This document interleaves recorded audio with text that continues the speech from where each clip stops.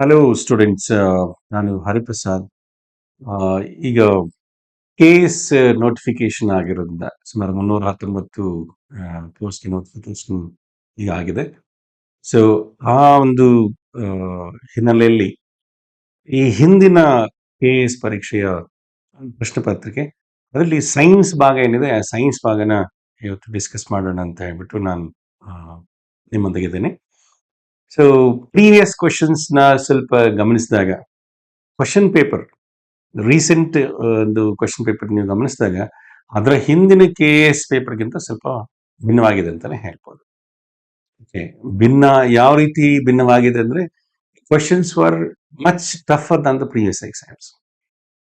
Okay, ಹಿಂದೆ 2017 ಅದ್ರ ಹಿಂದೆ ನಡೆದಿರ್ತಕ್ಕಂಥ ಒಂದು KS ಎಕ್ಸಾಮ್ಸ್ ಏನಿದೆ ಅದಕ್ಕಿಂತ ರೀಸೆಂಟ್ ಆಗಿ ಆಗಿರ್ತಕ್ಕಂಥ ಒಂದು ಎಕ್ಸಾಮ್ ಅಲ್ಲಿ ಸೊ ಕ್ವಶನ್ಸ್ ಟಫ್ ಆಗಿ ಕೊಟ್ಟಿದ್ದಾರೆ. ಹಾಗೆ ಟ್ರೆಡಿಷನಲ್ ಕ್ವಶನ್ಸ್ ಅಲ್ದೇನೆ, ಓಕೆ, ಆಲ್ಮೋಸ್ಟ್ 25 ವರ್ಷದಿಂದ ಎಲ್ಲ ಈ ಎಕ್ಸಾಮ್ಸ್ ಕಾಂಪಿಟೇಟಿವ್ ಎಕ್ಸಾಮ್ಸ್ ನಾನು ಗಮನಿಸ್ತಾ ಬರ್ತಾ ಇದ್ದೀನಿ. ಸೊ ಸೈನ್ಸ್ ಕ್ವಶನ್ಸ್ ಅದರಲ್ಲಿ ಹೇಗೆ ಬರ್ತಿದೆ ಅಂತ ನಾನು ನೋಡ್ತಾ ಇದ್ದೀನಿ. ಹಾಗಾಗಿ ಈ ಹಿಂದಿನ ಎಕ್ಸಾಮ್ಸ್ ಅಲ್ಲಿ ಕ್ವಶನ್ಸ್ ಹೇಗಿದ್ದು ಹಾಗೆ ಈಗ ಬರ್ತಾ ಇರ್ತಕ್ಕಂಥ ಪೇಪರ್ಸ್ ಅಲ್ಲಿ ಕ್ವಶನ್ಸ್ ಹೇಗೆ ಬರ್ತಿದೆ ಅಂತ ಹೇಳ್ಬಿಟ್ಟು ಅದನ್ನ ನಾನು ವಿಶ್ಲೇಷಣೆ ಮಾಡಬಲ್ಲೆ. ಸೊ ನಿಮ್ ಜೊತೆಗೆ ಇವತ್ತು ಸ್ವಲ್ಪ ನಾನು ಇದನ್ನ ಡಿಸ್ಕಸ್ ಮಾಡ್ತಾ ಹೋಗ್ತೇನೆ. ಸೊ ಈ ಕೊಟ್ಟಿರೋ ಒಂದು ಕ್ವಶನ್ಸ್ ಅಲ್ಲಿ ಕೆಲವು ಕ್ವಶನ್ಸ್ ಅನ್ಎಕ್ಸ್ಪೆಕ್ಟೆಡ್ ಏರಿಯಾಸ್ ಅಂತ ಕೊಟ್ಟಿದ್ದಾರೆ. Example quantum dot. Okay, quantum dots ಬಗ್ಗೆ, ಸೊ ಅದ್ರ ಬಗ್ಗೆ ಒಂದು ಕ್ವಶನ್ ಇದೆ. ಹಾಗೆ blockchain technology, nano technology, and then James Webb telescope. Okay, Aditya L1. Okay, ಚಂದ್ರಯಾನದಲ್ಲಿ ಇರ್ತಕ್ಕಂಥ ಚಂದ್ರಯಾನ 1 ಮತ್ತೆ 2 ಆ ಒಂದು ಪೇಲೋಡ್ಸ್ ಬಗ್ಗೆ ಎಲ್ರಿಗೂ ಗೊತ್ತದೆ. ಚಂದ್ರನ ಕಡೆಗೆ ಹೋಗಿರ್ತಕ್ಕಂಥ ಒಂದು ಪೇಲೋಡ್ಸ್. ಸೊ ಅದರಲ್ಲಿ ಈ ಚಂದ್ರಯಾನ 2 ಅಲ್ಲಿ ಇದ್ದ ಇನ್ಸ್ಟ್ರೂಮೆಂಟ್, ಸೈಂಟಿಫಿಕ್ ಇನ್ಸ್ಟ್ರೂಮೆಂಟ್ಸ್ ಅದ್ರ ಬಗ್ಗೆನೂ ಕ್ವಶನ್ ಕೊಟ್ಟಿದ್ದಾರೆ.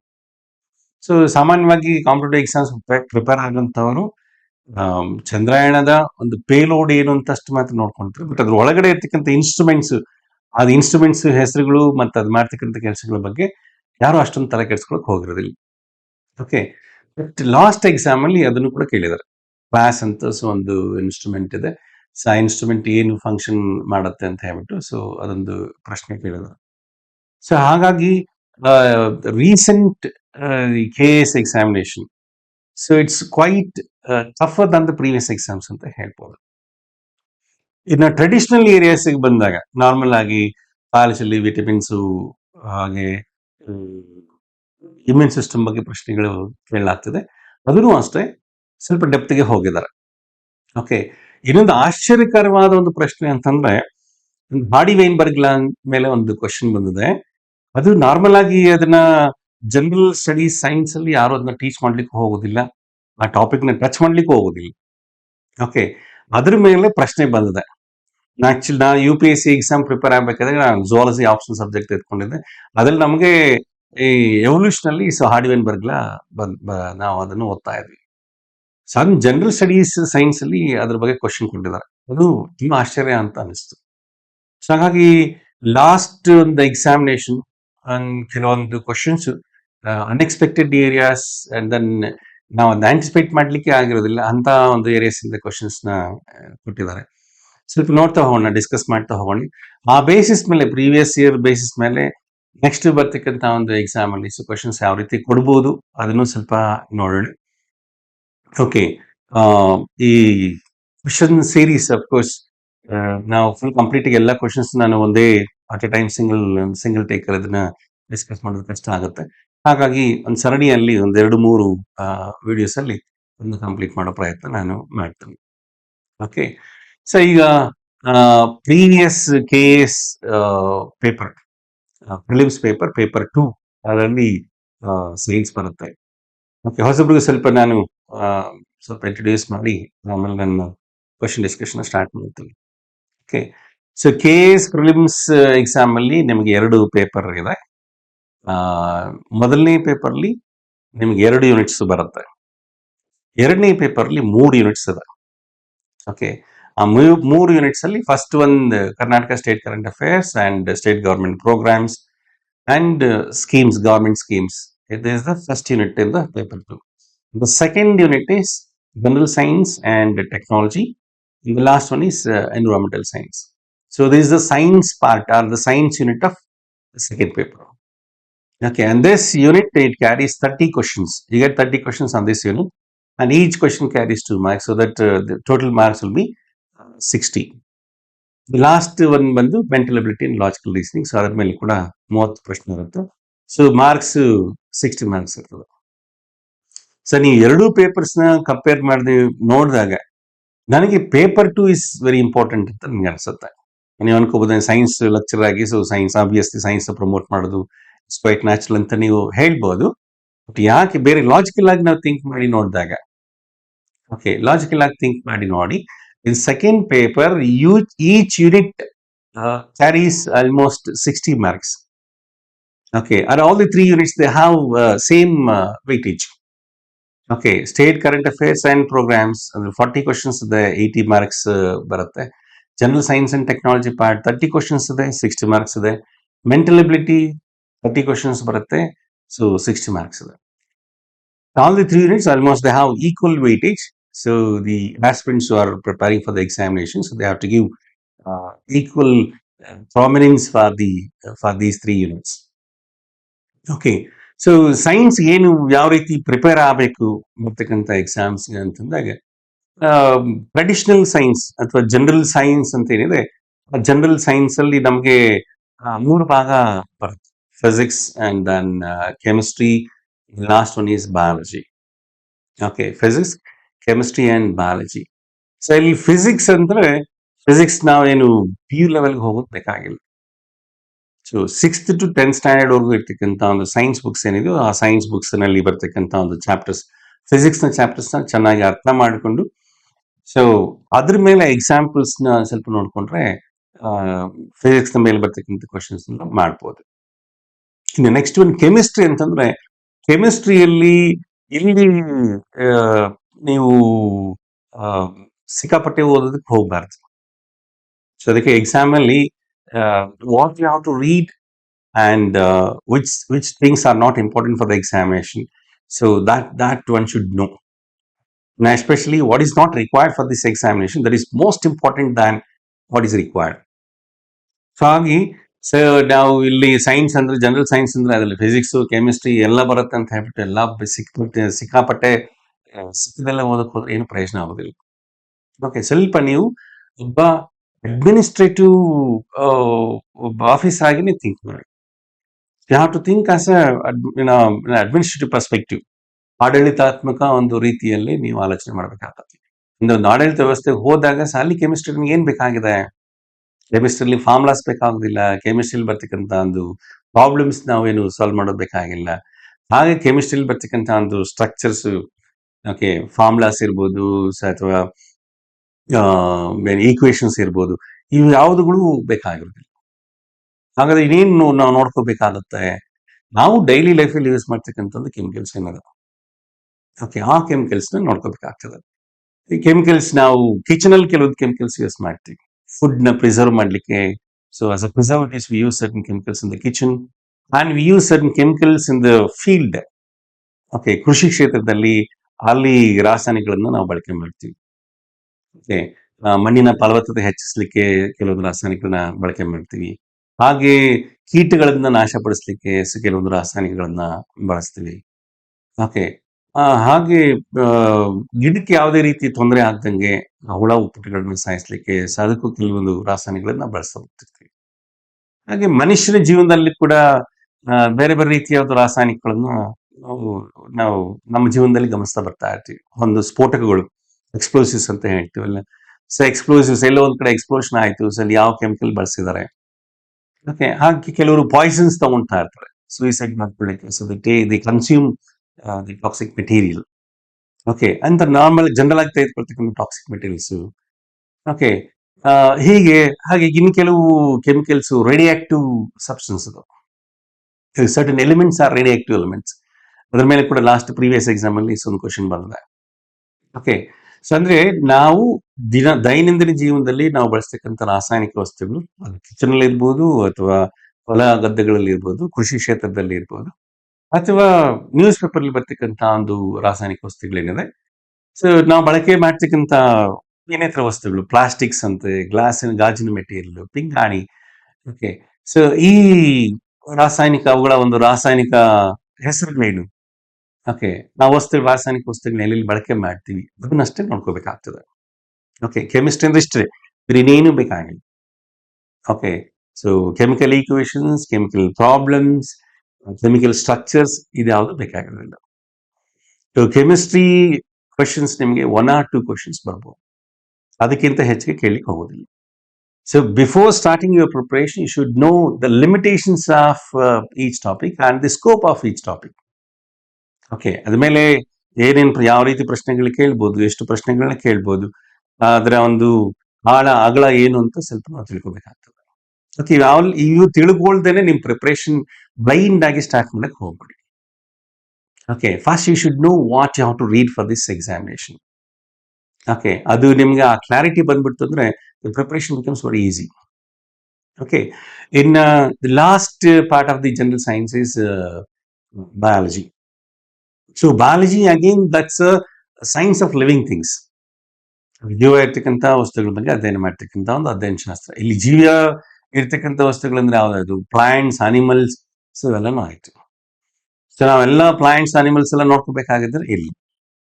ಓಕೆ, ಇಲ್ಲೂ ಕೂಡ ಅಷ್ಟೇ. ಸೊ ಯಾವ ರೀತಿಯ ಪ್ಲಾಂಟ್ಸ್ ನಾವು ನೋಡ್ಕೋಬೇಕಾಗಿದೆ ಅಥವಾ ಅನಿಮಲ್ಸ್ ಬಗ್ಗೆ ನಾವು ತಿಳ್ಕೊಬೇಕಾಗತ್ತೆ ಅಂದ್ರೆ ನಾವು ಬಳಸ್ತಕ್ಕಂಥ ಒಂದು ಸಸ್ಯಗಳು, ಅದ್ರಲ್ಲಿ ಮೆಡಿಸಿನಲ್ ಪ್ಲಾಂಟ್ಸ್ ಇರ್ಬೋದು, ಹಾಗೆ ಆರೋಮೆಟಿಕ್ ಪ್ಲಾಂಟ್ಸ್ ಇರ್ಬೋದು. ಓಕೆ, ಅದೇ ಆಯಿಲ್ ಕೊಡ್ತಕ್ಕಂಥ ಒಂದು ಪ್ಲಾಂಟ್ಸ್ ಇರ್ಬೋದು. Some plants so they give oily substances. Okay, ಅಥವಾ ಈ ಪ್ರಾಫಿಟಿಕ್ ವ್ಯಾಲ್ಯೂ ಇರ್ತಕ್ಕಂಥ ಕೆಲವೊಂದು ಪ್ಲಾಂಟ್ಸ್ ಇದಾವೆ.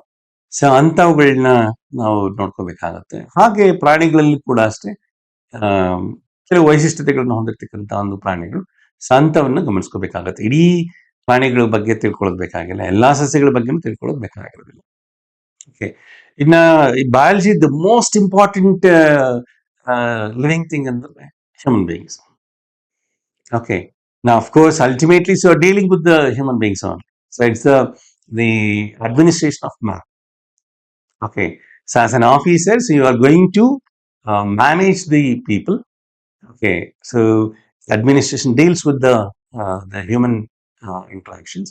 ಸೊ ಹಾಗಾಗಿ ಮಾನವ ಕೇಂದ್ರಿತ ಒಂದು ಜೀವಶಾಸ್ತ್ರ ಅಂತಾನೆ ಹೇಳ್ಬೋದು.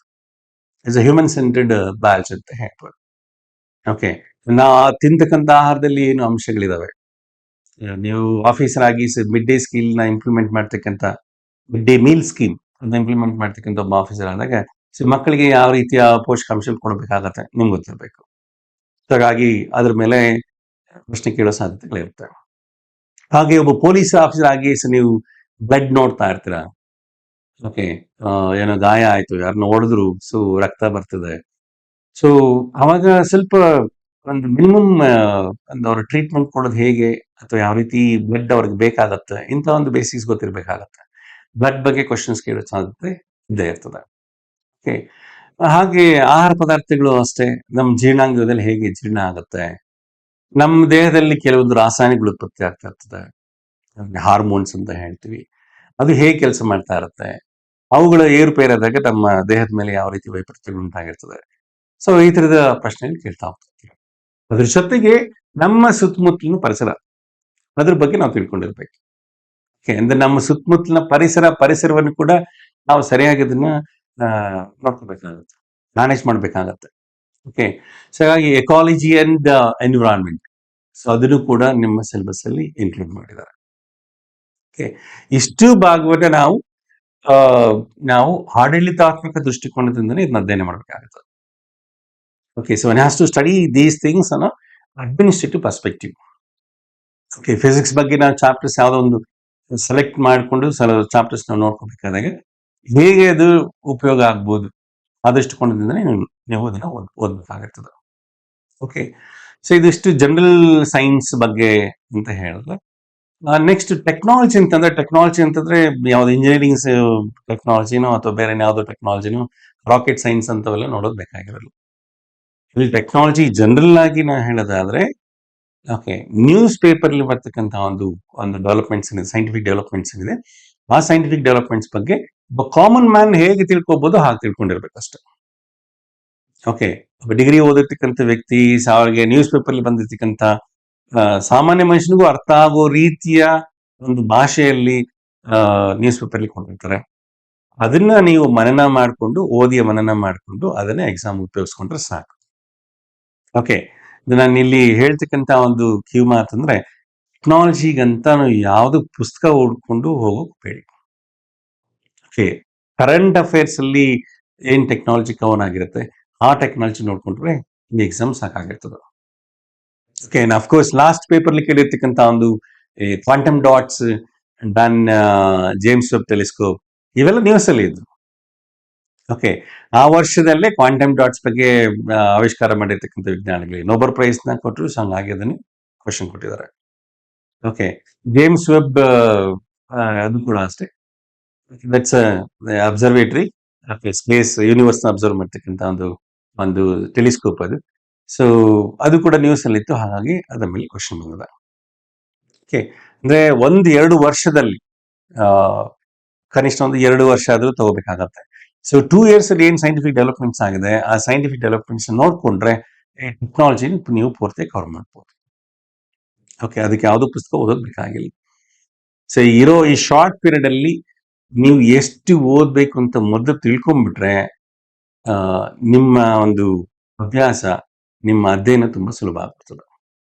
ಓಕೆ. ನಾವು ಅದನ್ನ ತಿಳ್ಕೊಂಡಿಲ್ಲ, ಯಾವುದೋ ನಾವು ಓದ್ಬೇಕಲ್ಲ ಅಂತ ಹೇಳ್ಬಿಟ್ಟು ಎಕ್ಸಾಮ್ಗೆ ಬೇಡದೇ ಇರ್ತಕ್ಕಂಥವನ್ನೆಲ್ಲ ಓದ್ತಾ ಕೂತ್ಕೊಂಡ್ರೆ ಏನು ಪ್ರಯೋಜನ ಆಗೋದಿಲ್ಲ.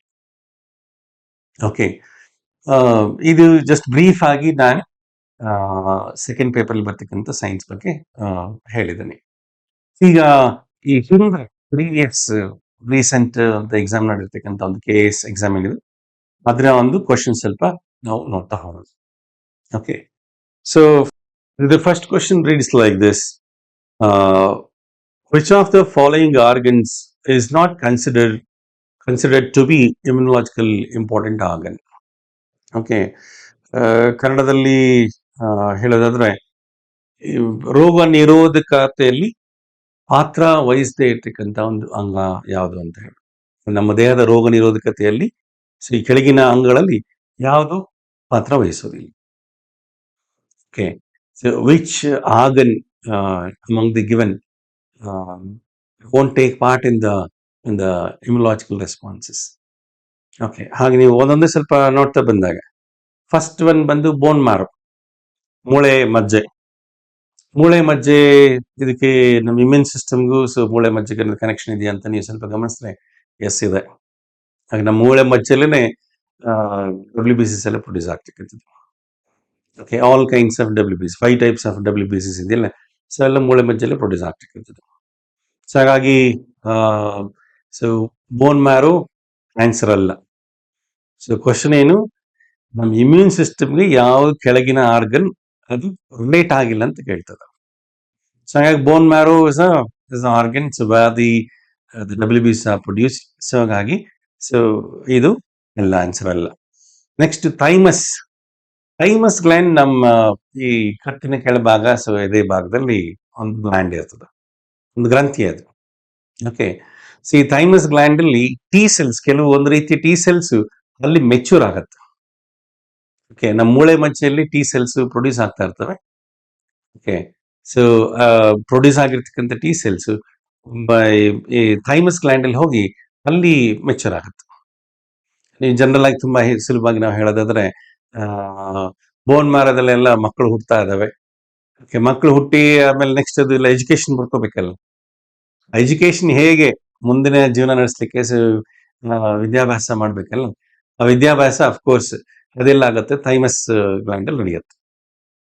Okay. The T cells which are born in the bone marrow, so they get educated in the thymus gland. Okay. So in another way, so the maturation of T cells actually takes place in thymus gland. Okay. And the immune system ಅಲ್ಲಿ ಈ ಒಂದು organ ಕೂಡ ಬರುತ್ತೆ. Actively is involved in the immune system. Okay. ನಮ್ಮ ರೋಗ ನಿರೋಧಕತೆಯಲ್ಲಿ bone marrow ಇದೆ, bone marrow ಇಂದ WBCs produce ಆಗ್ತದೆ. ಥೈಮಸ್ ಗ್ಲ್ಯಾಂಡ್ ಇಂದ ಟಿ ಸೆಲ್ಸ್ ಅಲ್ಲಿ ಮೆಚೂರ್ ಆಗುತ್ತೆ. ಓಕೆ, ಇನ್ ನೆಕ್ಸ್ಟ್ ಸ್ಪ್ಲೀನ್. ಸ್ಪ್ಲೀನ್ ಕನ್ನಡದಲ್ಲಿ ನಾವು ಗುಲ್ಮ ಅಂತ ಹೇಳ್ತೀವಿ. ಓಕೆ, ಗುಲ್ಮದ್ದು ಕೂಡ ರೋಗ ನಿರೋಧಕತೆಯಲ್ಲಿ ಅದು ಕೂಡ ಪ್ರಮುಖ ಒಂದು ಕಾರ್ಯ ಇದೆ. ಓಕೆ, ಸ್ಪ್ಲೀನ್ ಅಲ್ಲೇನೆ ಈ ಮೆಮೊರಿ ಸೆಲ್ಸ್ ಅವೆಲ್ಲ ಸ್ಟೋರ್ ಆಗ್ತಕ್ಕಂಥದ್ದು. ಒಂದು ಕಾಯಿಲೆ ಆಂಟಿಬಾಡೀಸ್ ಅವನ್ನ ನಾಶಪಡಿಸಿದ ನಂತರ, so plasma cells actually they convert in to memory cells and some of the memory cells, so they get stored in spleen. So some of the major immune responses actually takes place in spleen.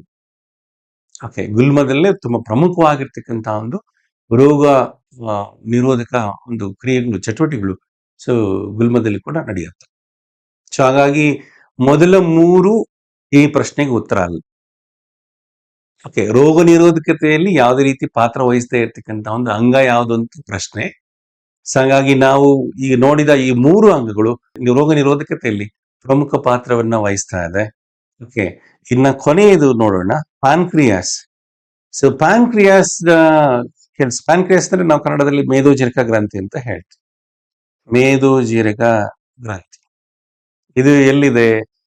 ನಮ್ಮ ಜಠರದ ಕೆಳಭಾಗ ಹಿಂಬದಿಯಲ್ಲಿ.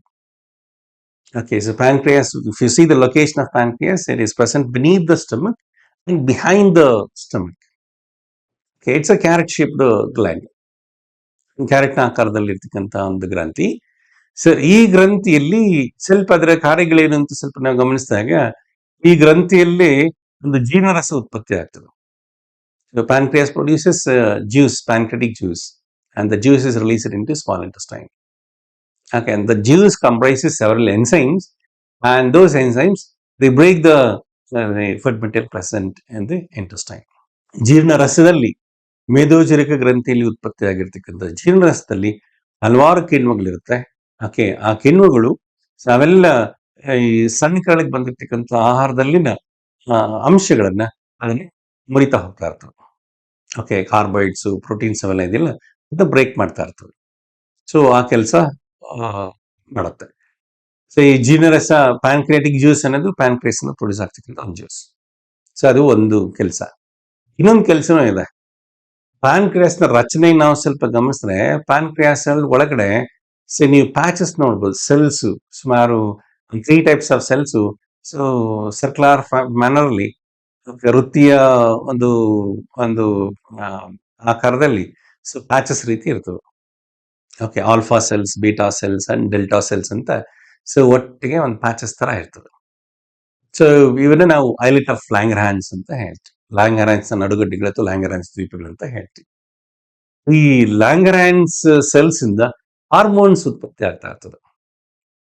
ಗ್ಲುಕಾನ್, insulin and ಸ್ಟೊಮೆಟೋಸ್ಟಾಟಿನ್ ಅಂತ ಹೇಳ್ಬಿಟ್ಟು hormones ಈ ಐಲೆಟ್ of ಲ್ಯಾಂಗರ್ಹ್ಯಾನ್ಸ್ ನ ಒಂದು 3 ರೀತಿಯ ಜೀವಕೋಶಗಳಿಂದ ಉತ್ಪತ್ತಿ ಆಗ್ತಾರೆ. ಓಕೆ, ಅಂದ್ರೆ ಮೇದೋಜೀರಕ ಗ್ರಂಥಿಯಲ್ಲಿ ನಾವು 2 ರೀತಿಯ ಒಂದು ಜೀವಕೋಶಗಳನ್ನ ಕಾಣ್ಬೋದು. ಓಕೆ, ಒಂದು ಜೀರ್ಣರಸವನ್ನು ಉತ್ಪತ್ತಿ ಮಾಡ್ತಕ್ಕಂಥ ಭಾಗ. ಐಲೆಟ್ ಆಫ್ ಲ್ಯಾಂಗರ್ಹ್ಯಾನ್ಸ್ ಅಲ್ಲಿ 3 ವಿಧದ ಜೀವಕೋಶಗಳಿದ್ದು, ಸೊ 3 ರೀತಿಯ ಹಾರ್ಮೋನ್ಸ್ ಉತ್ಪತ್ತಿ ಮಾಡ್ತಾರೆ. ಇಡೀ ಪಾನ್ಕ್ರಿಯಾಸ್ನ ಕೆಲಸ ಏನಪ್ಪಾ ಅಂತಂದ್ರೆ, ಅದನ್ನ 2 ಕೆಲಸಗಳಂತ ಹೇಳ್ಬೋದು. ಒಂದು ಜೀರ್ಣರಸ ಉತ್ಪತ್ತಿ ಮಾಡ್ತಕ್ಕಂಥದ್ದು, ಇನ್ನೊಂದು ಹಾರ್ಮೋನ್ಸ್ ಉತ್ಪತ್ತಿ ಮಾಡ್ತಕ್ಕಂಥದ್ದು. ಸೊ ಈ ಪಾನ್ಕ್ರಿಯಾಸ್ಗೆ ನಮ್ಮ ಇಮ್ಯೂನ್ ಸಿಸ್ಟಮ್ ಜೊತೆ ಏನಾದ್ರು ಅದಕ್ಕೆ ಸಂಬಂಧ ಇದೆ ಅಂದ್ರೆ ಇಲ್ಲ. There is not producing any kind of immune cells. Okay, and there is no the major immune response which can take place in the pancreas. So ಹಾಗಾಗಿ ಇಲ್ಲಿ ರೋಗ ನಿರೋಧಕತೆಗೆ ಯಾವುದೇ ರೀತಿಯ ಒಂದು ಪಾತ್ರವನ್ನ ಹೊಂದಿಲ್ಲದೆ ಇರ್ತಕ್ಕಂಥ ಒಂದು ಅಂಗ ಯಾವುದನ್ನು ಪ್ಯಾನ್ಕ್ರಿಯಾಸ್ ಅಂತ ಹೇಳ್ಬೋದು. ಕನ್ನಡದಲ್ಲಿ ಮೇದೋಜೀರಕ ಗ್ರಂಥಿ. ಓಕೆ, ಇದು ಡೈಜೆಸ್ಟಿವ್ ಸಿಸ್ಟಮ್ ಮತ್ತೆ ಇಮ್ಯುನಾಲಜಿ, ಇಮ್ಯೂನ್ ಸಿಸ್ಟಮ್ ನಾವು ಓದ್ಬೇಕಾದಾಗ ಅಫ್ಕೋರ್ಸ್ ಇವೆರಡು ನೀವು ಓದಲೇಬೇಕಾಗಿರ್ತದೆ. ನೀವು ಹಿಂದಿನ ಪ್ರಶ್ನೆ ಪತ್ರಿಕೆಗಳನ್ನು ಗಮನಿಸಿದ್ರು ಕೂಡ ಈ 2 ಟಾಪಿಕ್ಸ್ ಪ್ರಶ್ನೆಗಳು ಬಂದಿರೋದನ್ನ ನೀವು ಕಾಣ್ಬೋದು. ಓಕೆ, ಆಗ್ಲೇ ನಾನು ಬ್ಲಡ್ ಬಗ್ಗೆನೂ ಬಂದಿರುತ್ತೆ ಅಂತ ಹೇಳಿದೆ. ಸೊ ಅಫ್ಕೋರ್ಸ್ ಈ WBCs ಅವೆಲ್ಲ ಬ್ಲಡ್ ಅಲ್ಲೇ ಇರ್ತಕ್ಕಂಥ ಒಂದು cells. Okay, so apart from WBCs you can see several immune cells in the blood. ಬೇರೆ ಬೇರೆ ರೀತಿಯ ಇಮ್ಯೂನ್ ಸೆಲ್ಸ್ ಕೂಡ ನಾವು ನೋಡ್ಬೋದು. ಓಕೆ, ಸೊ ಇದು ಫಸ್ಟ್ ಕ್ವಶನ್, ಲಾಸ್ಟ್ ಇಯರ್ ಅಲ್ಲಿ ನಾವು ಬಂದಿರ್ತಕ್ಕಂಥ ಕ್ವಶನ್. ನೆಕ್ಸ್ಟ್ ಕ್ವಶನ್ ಹೋಗೋಣ. ಸೊ ಸೆಕೆಂಡ್ ಕ್ವಶನ್ ಈ ತರ ಇದೆ. Mark the following statements about the vitamins. There are 2. Okay. ಅಲ್ಲಿ ಜೀವಸತ್ವಗಳ ಮೇಲೆ ಹೇಳಿಕೆಗಳನ್ನ ಕೊಟ್ಟಿದ್ದಾರೆ. 4 ಹೇಳಿಕೆಗಳನ್ನ ಕೊಡಲಾಗಿದೆ. ಆ ಹೇಳಿಕೆಗಳಲ್ಲಿ ಎಷ್ಟು ಸರಿ ಇದೆ, ಎಷ್ಟು ತಪ್ಪಿದೆ ಅಂತ ನಾವು ಹೇಳ್ಬೇಕಾಗತ್ತೆ. ಈಗ ಒಂದೊಂದೇ ಸ್ಟೇಟ್ಮೆಂಟ್ ನೋಡೋಣ. ಓಕೆ. ಮೊದಲನೇ ಒಂದು ಸ್ಟೇಟ್ಮೆಂಟ್ ಏನಿದೆ, total daily requirement of vitamins is very small. Okay. ಅಂದ್ರೆ ನಾವು ಒಂದು ದಿವಸದಲ್ಲಿ ಬೇಕಾಗಿರ್ತಕ್ಕಂಥ ಒಂದು ಜೀವಸತ್ವದ ಬೇಡಿಕೆ ಅದು ತುಂಬಾ ಕಡಿಮೆ ಅಂತ ಹೇಳಿಕೆ ಹೇಳ್ತದೆ. ಈ ಸ್ಟೇಟ್ಮೆಂಟ್ ರೈಟ್ ರಾಂಗ್ ಅಂತ ಸ್ವಲ್ಪ ನೀವು ಗಮನಿಸಿದ್ರೆ, statement is right. Okay. Vitamins are such to be micronutrients.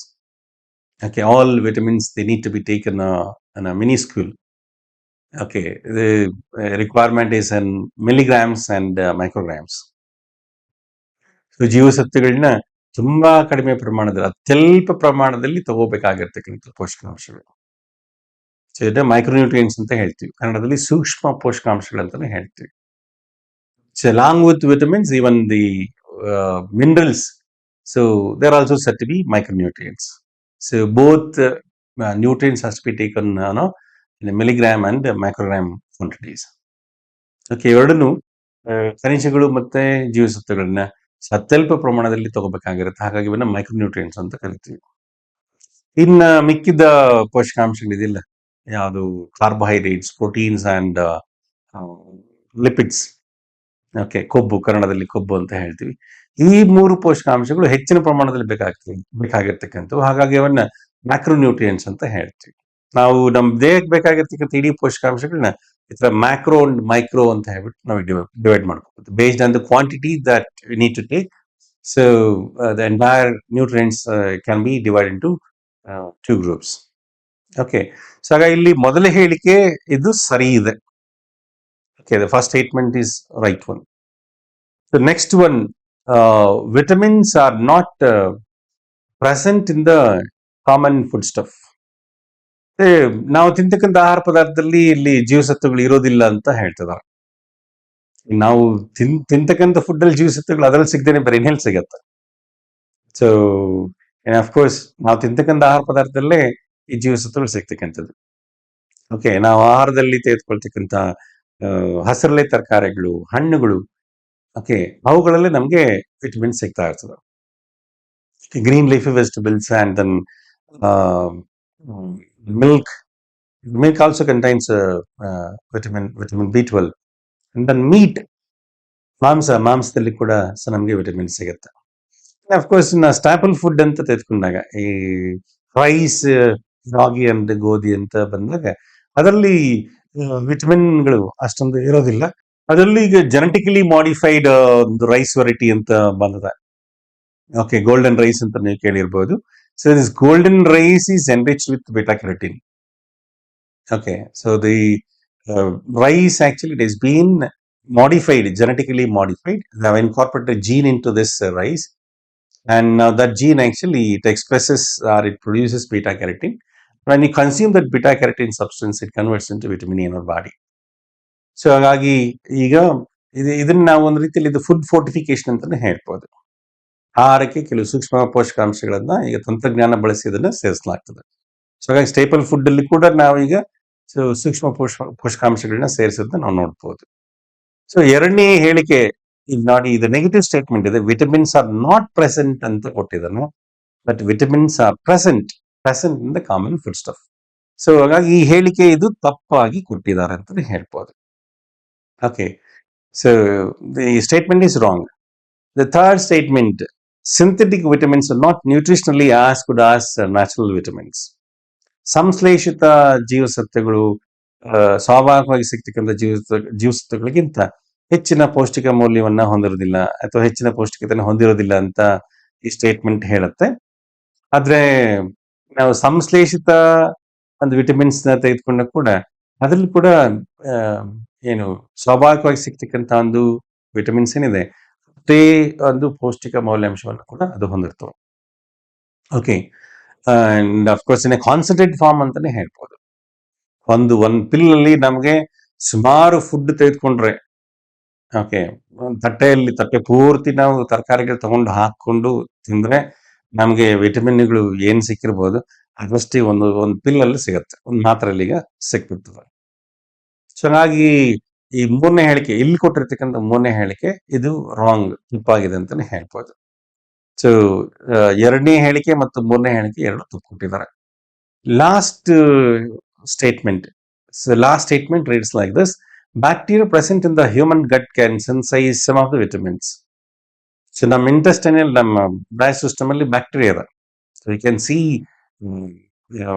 millions of bacteria. So ನಾವು ಅದನ್ನ ಏನು ಮೈಕ್ರೋಬಯೋಟ ಅಂತಾನೆ ಹೇಳ್ತೀವಿ. ಹಾಗೆ our gut actually it contains billions of bacteria, several millions of bacteria, and these bacteria, so they are all helpful bacteria. ಇದು ನಮ್ಮ ಬಾಡಿಗೆ infect ಮಾಡ್ತಕ್ಕಂಥ ಬ್ಯಾಕ್ಟೀರಿಯಾ, ನಮ್ಮ ದೇಹದೊಂದಿಗೆ ಸಹಜೀವ ನಡೆಸ್ತಕ್ಕಂಥ bacteria. Okay, so the symbiotic bacteria, symbiotic mechanisms. We have symbiotic mechanisms in our diet system, and of course, why we need this bacteria or these microbiota means. So some of the bacteria, so they synthesize vitamins. Okay, some B vitamins are synthesized by bacteria present in the gut. Okay, ನಮ್ಮ ಜೀರ್ಣಾಂಗದಲ್ಲಿರ್ತಕ್ಕಂಥ ಬ್ಯಾಕ್ಟೀರಿಯಾಗಳು ಕೆಲವು B ಜೀವಸತ್ವಗಳನ್ನ ತಯಾರು ಮಾಡುತ್ತೆ. ಹಾಗಾಗಿ ಈ ನಾಲ್ಕನೇ ಹೇಳಿಕೆ ಕೂಡ ಸರಿ ಇದೆ. ಜೀವಸತ್ವಗಳ ಮೇಲೆ ಕೊಟ್ಟಿರ್ತಕ್ಕಂಥ 4 ಹೇಳಿಕೆಗಳಲ್ಲಿ 2 ಹೇಳಿಕೆ ಸರಿ ಇದೆ, 2 ಹೇಳಿಕೆ ತಪ್ಪಿದೆ. ಸೊ ಸರಿ ಇರ್ತಕ್ಕಂಥ ಹೇಳಿಕೆಗಳು ಯಾವುದು? ಎ ಮತ್ತು ಡಿ.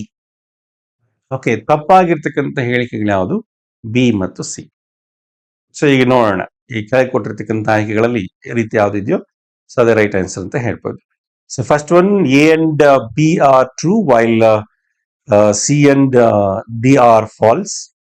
ಅಲ್ಲ, B and C are true while A and D are false, ಅದು ಅಲ್ಲ. Third one, A and D are true while B and C are false. So ಮೂರನೇ ಆನ್ಸರ್ ಸರಿ ಇದೆ ಅಂತ ಹೇಳಿ. Okay, next let's take the third question. So the third question reads like this: which of the following statements are correct with reference to a nuclear power plant? Again, it's a multi-statement question. Okay, KS exam ಅಲ್ಲಿ ನೋಡಿ, previous exam ಇದರಲ್ಲಿ multi statement questions ತುಂಬಾನೇ ಕೊಟ್ಟಿದ್ದಾನೆ. ಒಂದು question ಮುಂಚೆ ಇಲ್ಲ, ತುಂಬಾ ಹಳೇ ನೀವು ಪ್ರಶ್ನೆ ಪತ್ರಿಕೆ ನೋಡಿದ್ರೆ ಒಂದು ಕ್ವಶನ್ಗೆ ಒಂದೇ ಆಪ್ಷನ್ ಇರ್ತಾ ಇತ್ತು. 4ರಲ್ಲಿ ಯಾವುದೋ ಒಂದು ಪಿಕ್ ಮಾಡಬೇಕಾಗಿತ್ತು. ಬಟ್ ಈಗ ಒಂದಲ್ಲ, ಅಲ್ಲಿ ಹೇಳಿಕೆಗಳಲ್ಲಿ 2-3 ಹೇಳಿಕೆಗಳನ್ನ ನಾವು ಪಿಕ್ ಮಾಡಿ ರೈಟ್ ಕೋಡ್ ಯಾವ್ದಂತ ತಗೋಬೇಕಾಗತ್ತೆ. ಸೊ ಇಂಥ ಕ್ವಶನ್ಸ್ಗೆ ನಾವು ಸ್ವಲ್ಪ ಆಳವಾಗೇ ಪ್ರಿಪೇರ್ ಆಗಬೇಕಾಗತ್ತೆ. So in depth preparation is required for the present exams. So ಎಕ್ಸಾಮ್ಸ್ನ ಹಾಗಾಗಿ ಇಷ್ಟು ನೋಡ್ಕೊಂಡ್ರೆ ಸಾಕಾಗುತ್ತೆ ಅಂತ ಆ ರೀತಿ ಪ್ರಿಪೇರ್ ಆಗೋದು ಬೇಡ. ಓಕೆ, ಸೊ ಈ ಕ್ವಶನ್ಸ್ ರಿಪೀಟ್ ಆಗದೇ ಇರ್ಬೋದು, ಬಟ್ ನಮ್ಗೆ ಇದರಿಂದ ಏನ್ ಅರ್ಥ ಆಗತ್ತೆ ಅಂದ್ರು we can understand the nature of questions. Okay, ಯಾವ ಡೆಪ್ತ್ಗೆ ಹೋಗ್ತಿದ್ದಾರೆ ಅನ್ನೋದನ್ನ ನಾವು ತಿಳ್ಕೋಬಹುದು. ಓಕೆ, ಸೊ ಲಾಸ್ಟ್ ವಿಟಮಿನ್ಸ್ ಬಗ್ಗೆ ಕ್ವಶನ್ಸ್ ನಾವು ಹಿಂದಿನ ಎಕ್ಸಾಮ್ ಸ್ವಲ್ಪ ಗಮನಿಸಿದಾಗ ಜೀವಸತ್ವಗಳ ಕೊರತೆಯಿಂದ ಬರ್ತಕ್ಕಂಥ ಕಾಯಿಲೆಗಳ ಬಗ್ಗೆ ಮಾತ್ರ ಪ್ರಶ್ನೆಗಳು ಕೇಳ್ತಾ ಇದ್ರು, ಅಥವಾ ಜೀವಸತ್ವ ಯಾವ ಆಹಾರ ಪದಾರ್ಥದಲ್ಲಿ ಸಿಗತ್ತೆ ಅಂತ ಮಾತ್ರ ಪ್ರಶ್ನೆ ಕೇಳ್ತಾ ಇದ್ರು. ಈ ಬಾರಿ ಹಾಗೆ ಕೊಟ್ಟಿಲ್ಲ. ಓಕೆ, ಜೀವಸತ್ವಗಳು ಎಷ್ಟು ಪ್ರಮಾಣದಲ್ಲಿ ಬೇಕಾಗಿರ್ತದೆ, ಅದು ಎಲ್ಲೆಲ್ಲಿ ನಮ್ಮ ದೇಹದಲ್ಲಿ ಬೇರೆ ಏನೆಲ್ಲಿ ತಯಾರಾಗತ್ತೆ, ಇಂಥವೆಲ್ಲ ಕೇಳಿದಾರೆ. ಓಕೆ, ಸೊ ಈ ಕ್ವಶನ್ ಸ್ವಲ್ಪ ನೋಡೋಣ, ಇದನ್ನು ಡಿಸ್ಕಸ್ ಮಾಡೋಣ. ಈ ಹೇಳಿಕೆಗಳನ್ನ ಒಂದೊಂದೇ ನೋಡ್ತಾ ಹೋಗೋಣ. ದಿ ಬೈ ಪ್ರಾಡಕ್ಟ್ಸ್ ಆಫ್, ಇದರಲ್ಲಿ ಎಷ್ಟು ಸ್ಟೇಟ್ಮೆಂಟ್ಸ್ ಕರೆಕ್ಟ್ ಇದೆ ಅಂತ ನಾವು ನೋಡ್ಬೇಕು. The first statement reads like this: the byproducts can be disposed of directly in the atmosphere. Okay, the nuclear power plant, nuclear reactor ಏನಿದೆ, ಆ ನ್ಯೂಕ್ಲಿಯರ್ ರಿಯಾಕ್ಟರ್ ಅಲ್ಲಿ produce ಆಗಿರ್ತಕ್ಕಂಥ ಒಂದು ಉಪೋತ್ಪನ್ನಗಳು, ಬೈ ಪ್ರಾಡಕ್ಟ್ಸ್ ನ ಡೈರೆಕ್ಟ್ ಆಗಿ ನಾವು ಅದನ್ನ ಏನು ಅಟ್ಮಾಸ್ಫಿಯರ್ಗೆ ಅದನ್ನ ಬಿಡುಗಡೆ ಮಾಡಬಹುದು ಅಂತ ಹೇಳ್ತಾರೆ. ನಿಮ್ಗೆ ಗೊತ್ತಿದೆ. ಸೊ ನ್ಯೂಕ್ಲಿಯರ್ ರಿಯಾಕ್ಟರ್ಸ್ ಅಲ್ಲಿ ಎಂತ ಬೈ ಪ್ರಾಡಕ್ಟ್ಸ್ ರಿಲೀಸ್ ಆಗಿರ್ತದೆ.